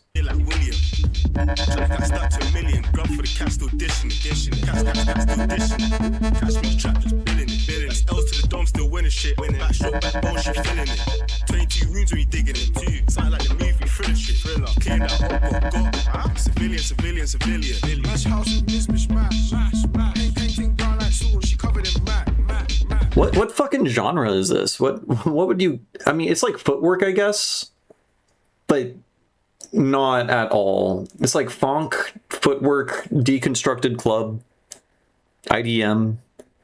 I don't know. It's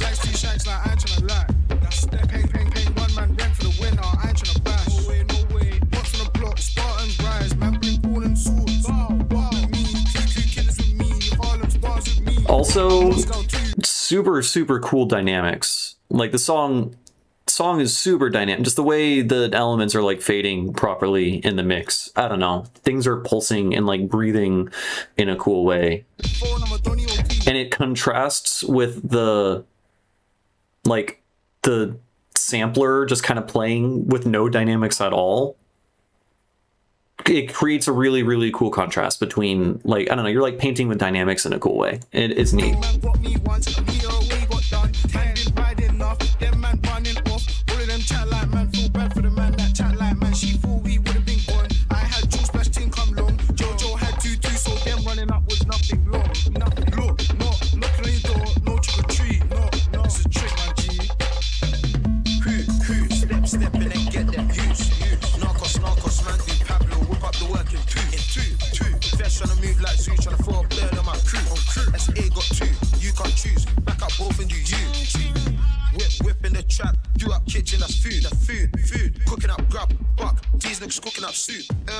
Slang the crack with the black, put the light and dark on the move.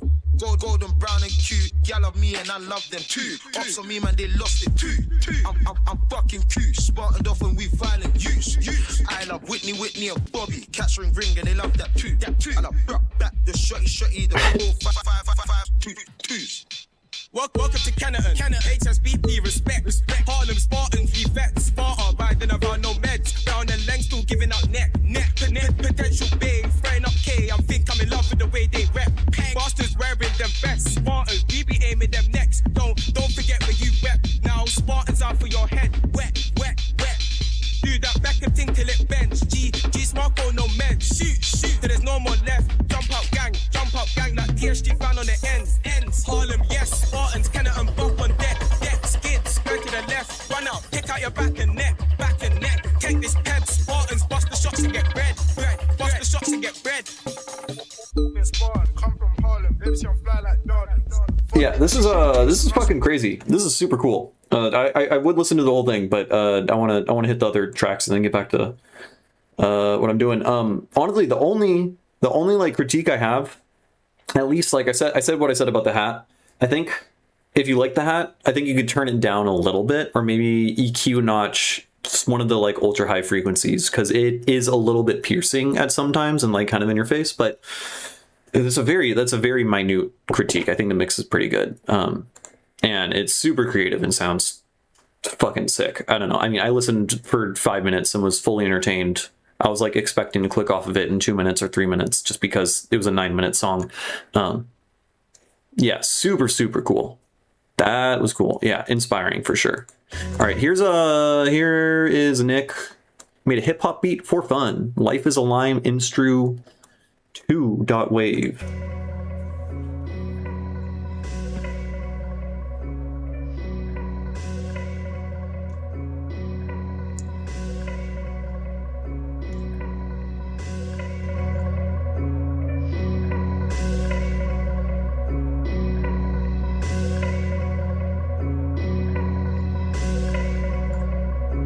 I think I heard it. Did I hear a click or am I tripping?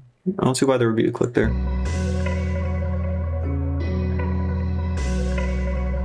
No, that's fine.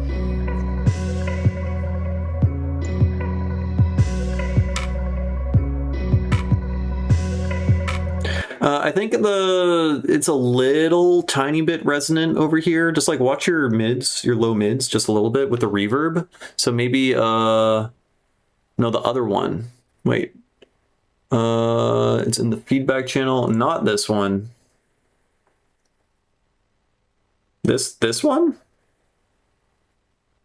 This one? Oh, I was hoping there'd be like 5 more if I just kept scrolling up, and I'll just keep saying this one. I assume you mean this guy then?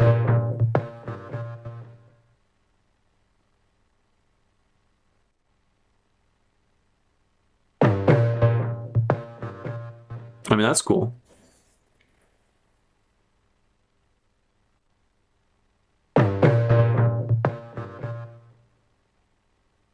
I'm already reminded of a song by Woolg.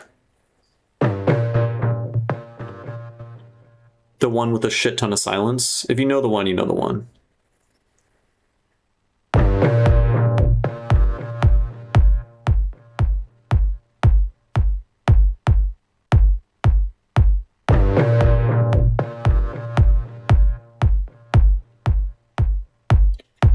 I would try making, I am a, I'm a picky little bitch, and I don't like super clicky kicks. Some people like them. I hear like professionals with super clicky kicks all the time. I think the kicks could benefit from adding a little fade to the kick transient by like just the hair, just like a tiny bit. Just make it just a smidge less clicky, or put a low pass filter on it and just the highs. It's just me.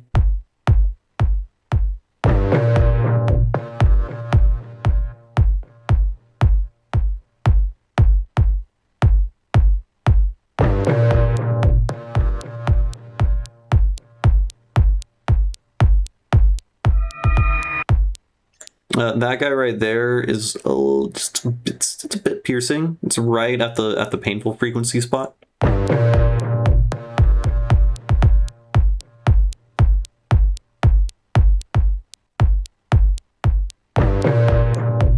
mean, I get that. So I get it's like a progressive. It's a progressive song, but I feel like there needs to be more happening at once. Now maybe you're doing the like DJ intro thing where it's literally just a kick drum forever, but yeah, I mean that's obviously what you're doing. I have a low attention span. I want more happening right now. It's like you're introducing one element like every like 16 or 32 bars. And it's really just like one element. Like maybe you can introduce 2 elements at a time or 3 or whatever, or start to introduce elements over 16 bars and start to filter something in, right? Like you introduce like the click that's operating kind of like a hat, which is pretty creative. I think that's cool. At the same time that you introduce that, then maybe you can add a perk that plays every 4 bars or something like that. Or, you know, start to filter in a hi-hat that happens instead of me waiting 16 bars and counting, you know, until 16 beats or 32 beats or whatever have passed until the next thing's going to happen, right?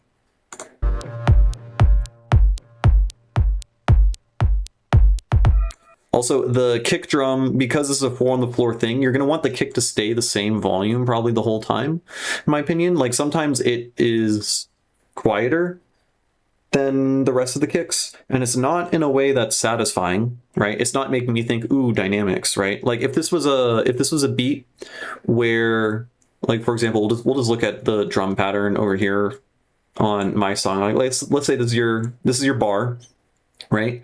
Like the downbeats would be loud perhaps, and maybe you have a quieter kick when it's not on a downbeat, right? Something like that, you know? So like all the downbeat kicks are extra loud, and then this kick over here can be a little bit quieter. That's a good use, I think, of having dynamics and volume on your kicks. But when you just have a 4 on the floor thing, right? And just every single kick is just punching, when you make one of them quiet, it feels kind of weird. It's kind of like you're missing a step on the stairs, you know? You're expecting to get hit with the same rhythmic constant volume, and then it's just like a little weak for a moment. It kind of stands out.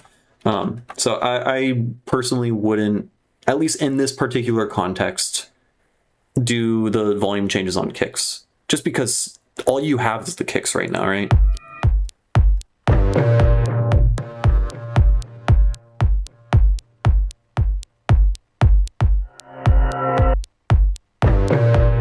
Yeah, we more things need to happen for sure. We need like a baseline at this point. We need to have more of an idea of like how the song is going to take place, because we're already a minute and a half into the song. So something I would recommend that you work on, at least for this type of structure of song. Okay, just for one, like a 6-minute song is going to be, songs over 5 minutes are generally ambitious. So I would try to focus on how can you condense things down into the smallest possible form where you still give every moment that you made like enough space to shine, if that makes sense, right?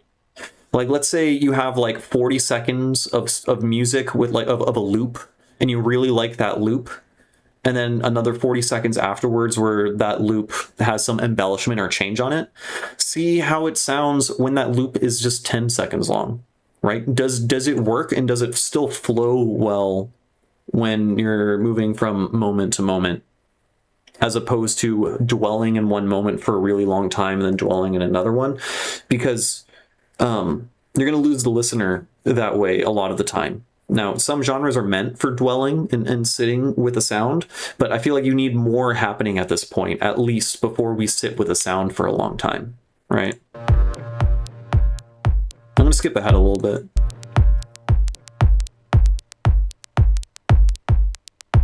Because like you're adding some of the clicks, and this is kind of cool, but this should have been added like a minute before. Like this could have been happening 40 seconds in or something. We could have condensed this whole section down, and I would have been like much more engaged and entertained, right? Also, that starts to get kind of loud when you're adding what sounds like a low pass filter with a high resonance or something. Some sort of processing is going on your like downbeat sound in conjunction with a kick where it's a little bit too loud.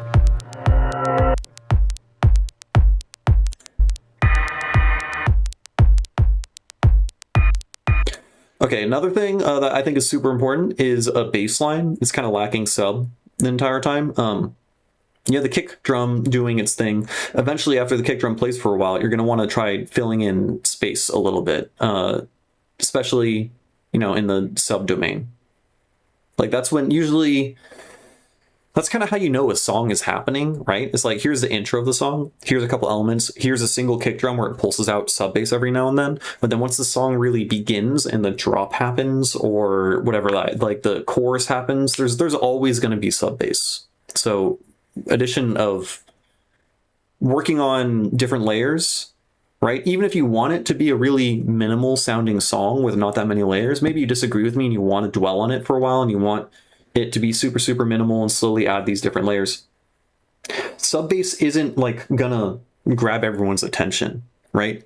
Sub bass is something that should just kind of always be there, unless you're like in 99% of the time, you're gonna want to always have sub bass doing a thing, right? So I would definitely add that. Like it's not going to clutter the song and make it not sound minimal, you know? Like right now the song just sounds like it's lacking it. I'm skipping through at this point. So like the song's 6.5 minutes long, but the elements that you have in here, I think could really be shown. You could build up and show all of the elements that you have in the song within like 1.5 minutes. And then I think condensing this down into that 1.5 minutes will give you a better perspective for like how things flow and what to expect next, right? Because if you're listening to a song and then in a somewhat rapid pace, different elements are introduced to you, I think you're more likely to like recognize what the next thing you want to hear is, and then you can develop it further. I think the click needs a tail or hair of some associated noise. Yeah, I think it needs more percussion that isn't just the click. Like the click is a cool aspect of the percussion, but I think there should also probably be some like kind of more traditional sounding hats and stuff, and then just like a bass line. And honestly, like you don't, if you want to keep it minimal, I don't think it needs that much more stuff, but I think a bass line and maybe an offbeat hi-hat or a couple other hats and some toms to like fill in every like 16 or 4 bars or 8 bars or whatever would honestly forgot it was that long. Yeah. Even if you're just in the creative process and you accidentally exported an extra long thing, I think it's really, really helpful to be explicit with yourself in trying to keep things to short lengths. When I produce music, I typically will make, like, all that I do is I make like a 4-bar loop, I turn it into an 8-bar loop, and then I make the next 8 bars a variation of that. And then I have 16 bars, and then I have a section. And then immediately the next thing you should do shouldn't be, let's duplicate this section of 16 bars and then sit in it again, or add one element or tweak one thing, or just progressively add things. I think it should be, I have a section, now let's make a complete variation or a B section, something that's very different, right? And when you get into the habit of like just very quickly building up, 4-bar to 8-bar to 16-bar section, use an idea from that section to build a new 4-bar, 8-bar, 16-bar section. Now I have a whole drop, then make breakdown, then make another. Like very quickly you start making entire songs in really short time spans. And it will naturally lead you from one moment to the next, like in a pretty quick way. Whereas when you really like sit in loops, I think, for a long time and really just like expand loops out and just add one single element at a time, it can be kind of detrimental, I think, to like finishing songs. Just because you don't ever get the perspective of what it should sound like when you listen to a short song, right? Like if I'm making my 4-bar loop and I add one single element, then I make a 4-bar loop that is the same thing as before, but with that one element, and I just keep doing that, then like to end up getting 16 elements, I end up having, 64 bars or whatever, when really I should have just been merging those elements together to make it all of those things happen within like 16 bars. Does that make sense? Oh, that makes sense. Yeah, basically try to work faster within a smaller amount, and faster in terms of, length of time. And I think that'll improve a lot because it gives you better perspective of like what the song should have, because you're listening to it in a more compact time where you have perspective of what the whole song sounds like, because if you sit in a loop too long, then it ends up fucking with your perception. Yeah. Okay. Anyways, I think that was all. So we will go back to music and stuff. But yeah, you'll notice that like in my song, and I make a different genre. Everything's always different, but every genre is different. But in the song, there's like basically I introduce an idea, I add some elements to it, and I show you what that idea is for 8 bars, and then I say, here's that idea, but with a variation. And then I might do that again, and then we have a breakdown, and then we're like, here's a whole new idea that's teased by the breakdown, right? Anyways.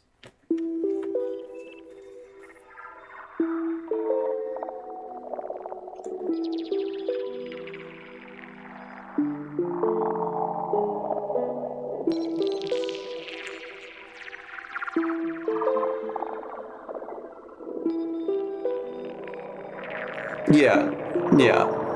It happens to all of us.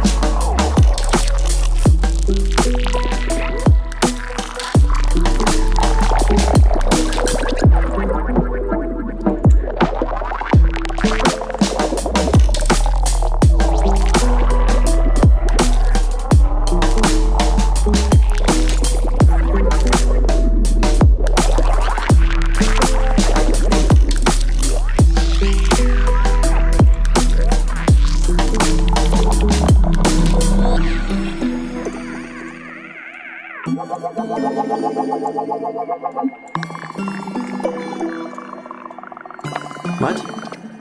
Why does that happen? Na, na, na.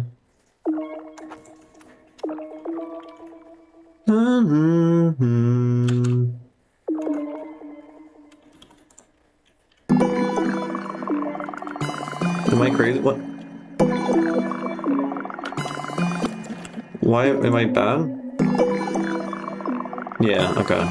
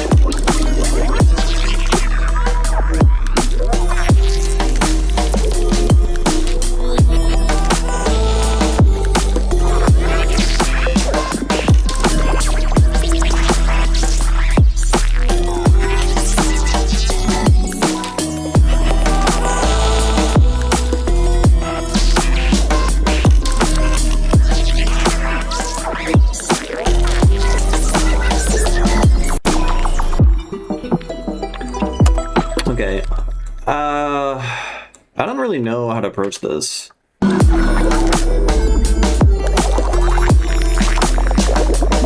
Honestly, I think that's better already.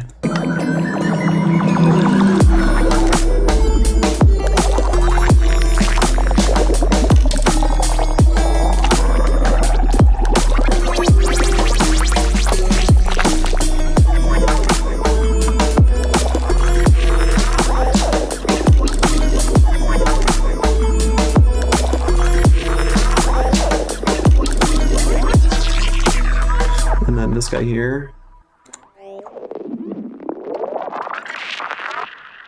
Yeah, I didn't like that.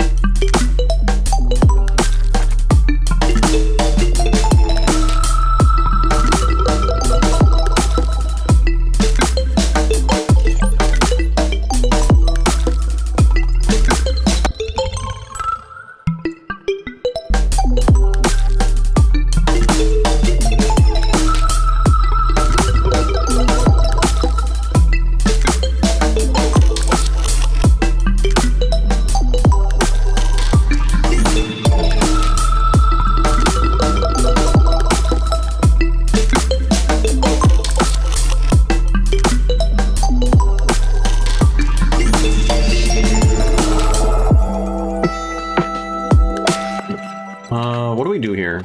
I want to make this like thick. How do we make you thick? But also like plinky and plonky, you know?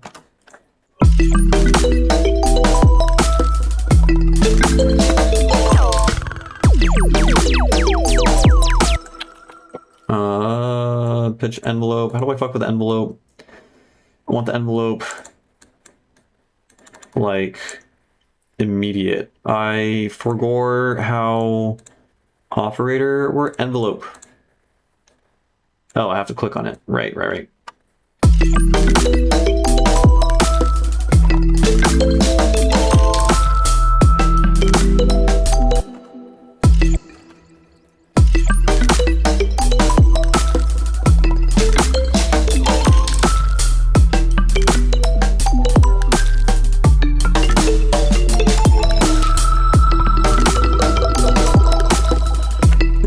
Doing that.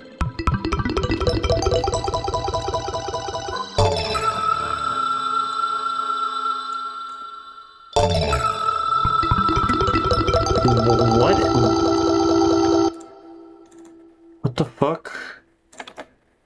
Oh, I make the feedback go to 100% because I'm fucking stupid. That's what it is.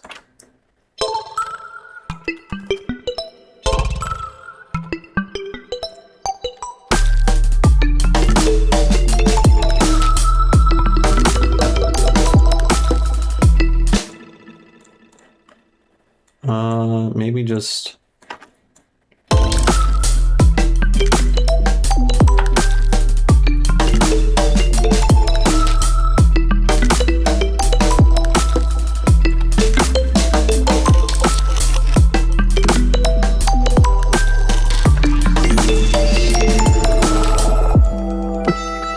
And then...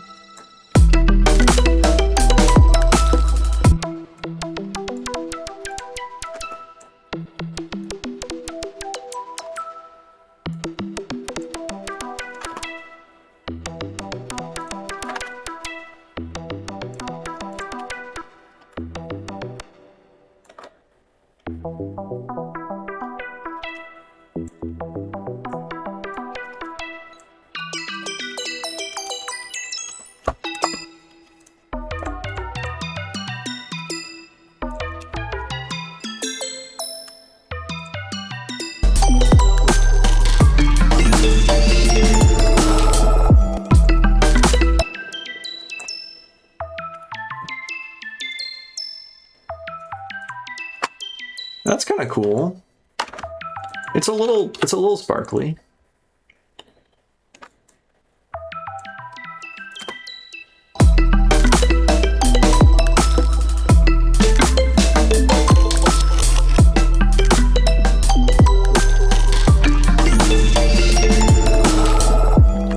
Okay.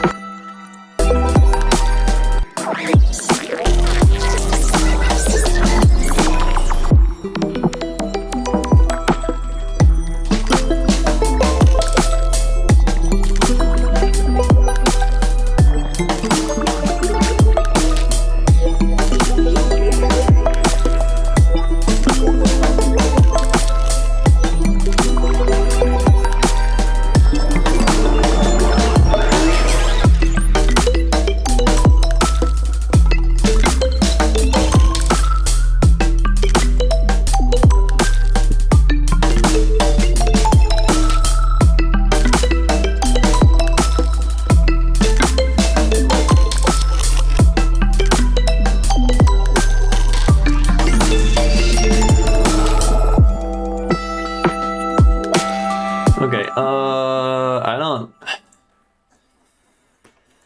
This song sucks, dude. It's gonna take so long to finish. I'm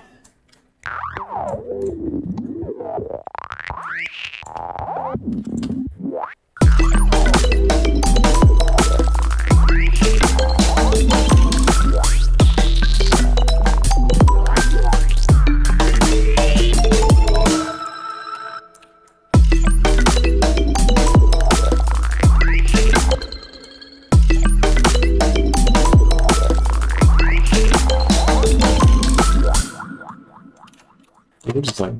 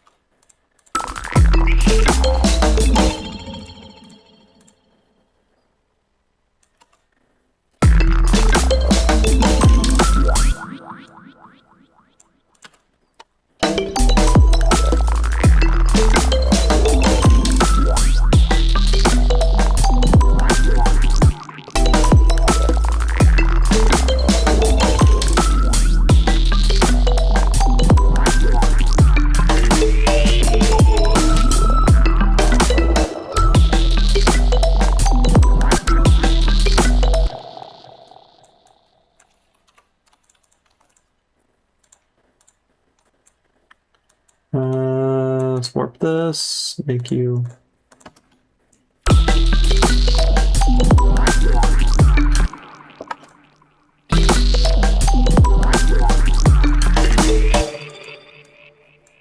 Let's do some like manual exponential warping.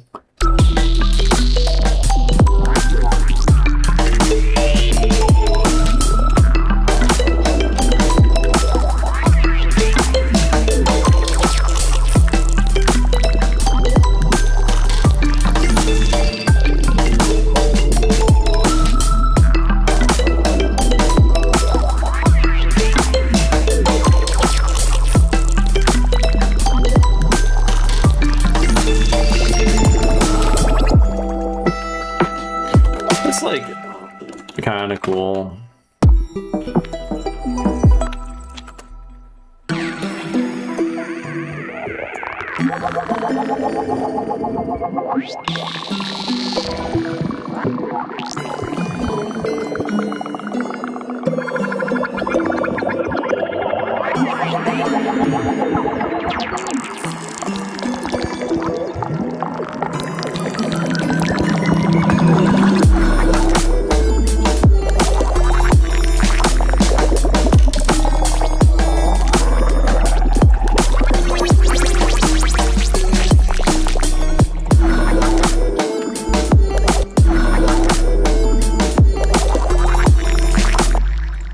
That's what we got to do.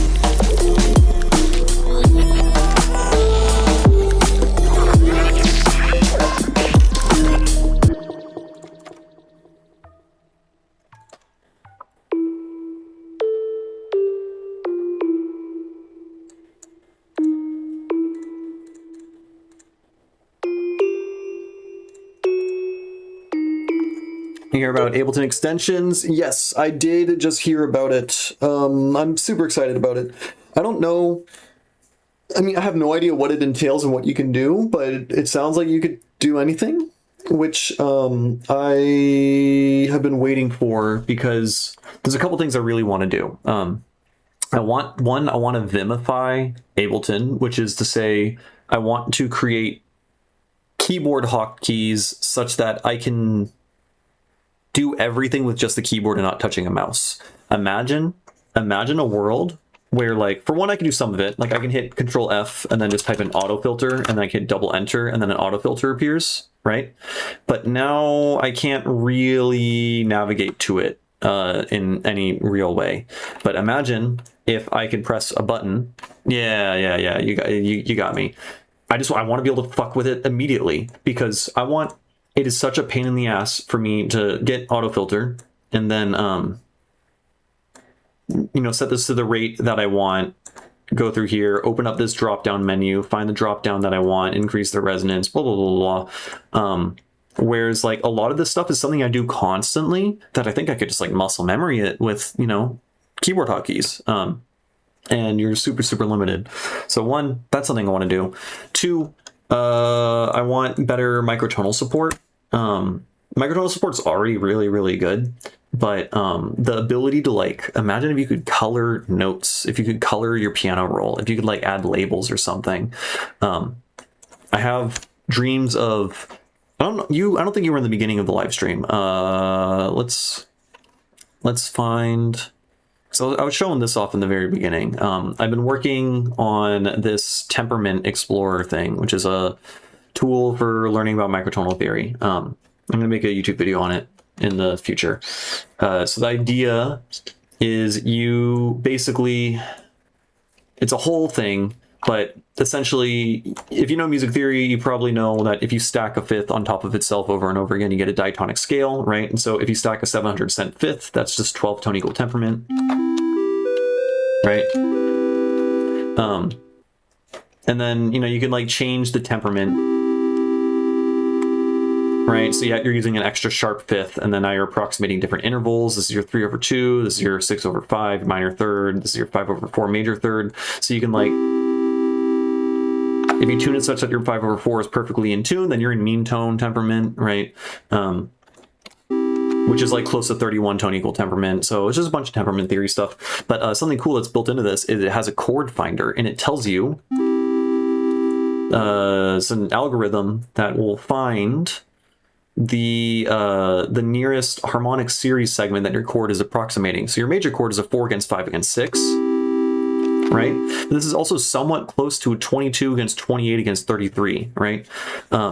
Because you could think about all harmony as just chords are just recreating other notes, right? You add a bunch of notes together to recreate the harmonic series of a lower note, right? That's all that chords are. And so what I want is I want the ability to, if I have this chord here, I want an algorithm that will tell me, oh, this is playing something close to this harmonic series, which means the virtual fundamental of this note, of this chord being played, is this note here, or whatever the note is. And it could just find out for me and just like highlight different possible virtual fundamentals. Like if it can say, this might be a chord approximating this thing, or it might be a chord approximating this thing. And there's like a little bit of vagueness. It's a little bit nebulous because that's how temperament theory works. It's all about approximations. That information I think could be super, super useful for like composition, because then you could play around with like subverting expectation, or playing this note and then dropping down into this note, which then reaffirms or changes your perspective on what these upper notes are, right? I don't know if you're following, I don't know how much of this you're following, but I'm big into microtonal and temperament theory. Basically, being able to integrate some of these tools that I made directly with like the Ableton piano roll will be fucking massive, I think, for composition. And I'm pretty excited about that. So I'm curious about to what extent you can customize things, because the only thing I saw that explains how this thing works, it was just like all super, super animated and didn't actually show like anything in action within Ableton. So I don't know. I have no idea what is capable of being done. But I'm hoping it's akin to like how you can customize Reaper to like an extreme extent. So that would be very, very cool. I would like that. And I don't know, I can't think of any other ideas, but that's something that's been on my mind a lot lately, just because like approaching composition from a Word documentation, you download the SDK. Okay, I will, you know what? Let's Ableton SDK extensions 30 minutes ago. Now I don't know any JavaScript, but I do know how to tell robots that know JavaScript to use JavaScript. So I think we'll be fine.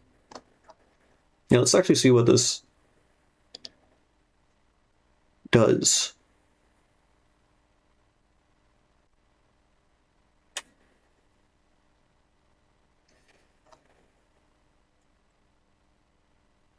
Beat Buddy.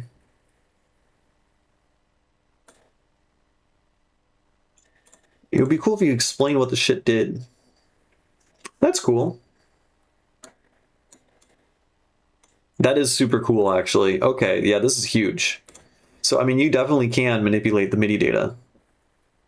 I'm sure you absolutely could do what I was talking about. Rearranges audio clips. Interesting. Okay, so yeah, a lot of like clip manipulation stuff is what I've seen. Oh my god, I love falling sand simulators. I love them. I've been hopelessly addicted to this game called Noita. It's just like a falling sand simulator on crack. Yeah, I think they're very cool. Paul Stretch. I mean, you could just download Paul Stretch though. Whoa. That's neat. I mean, I don't know music theory notation or whatever. I can't read sheet music very well at all. Ableton extensions, SDK. Do I need to do something to get into the beta? Probably. This is a whole thing. Okay. I'll dig into this later. Very cool.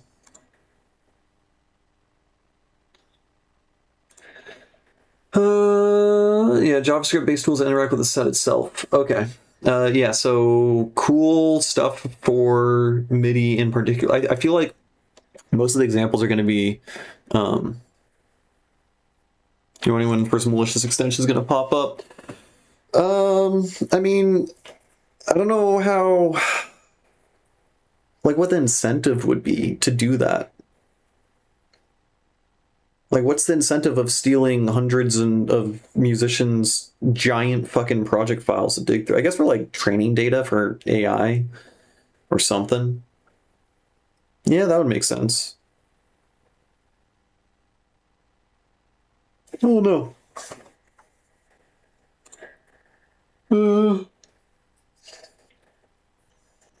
Connect to external services. That's pretty cool. You even play games in live. Yeah, you could fucking do anything, I guess. But I'm mostly just interested in the MIDI stuff. Oh, ransom, like actually steal it? Yeah. Maybe, yeah. I guess it depends on like to what extent it's ran within like a single container or whatever of Ableton, but it probably, I mean, you're literally just running JavaScript, so I think you could probably do anything. Yeah, you definitely could. Well, that's cool. Ugh.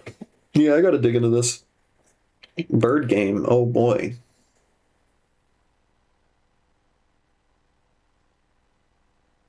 That's funny. Okay, I think I'm probably about done. Wait, what was I doing? Oh, I added this element over here. Let's check this again.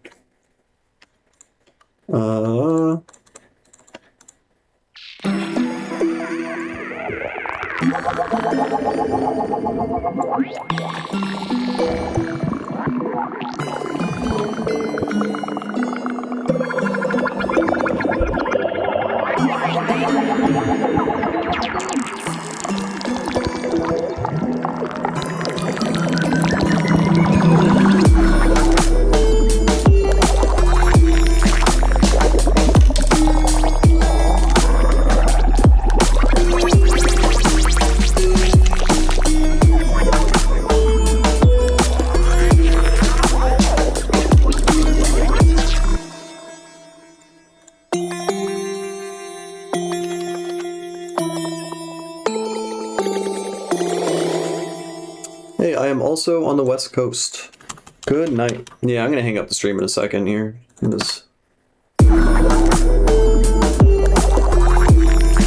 Why is the kick a billion decibels?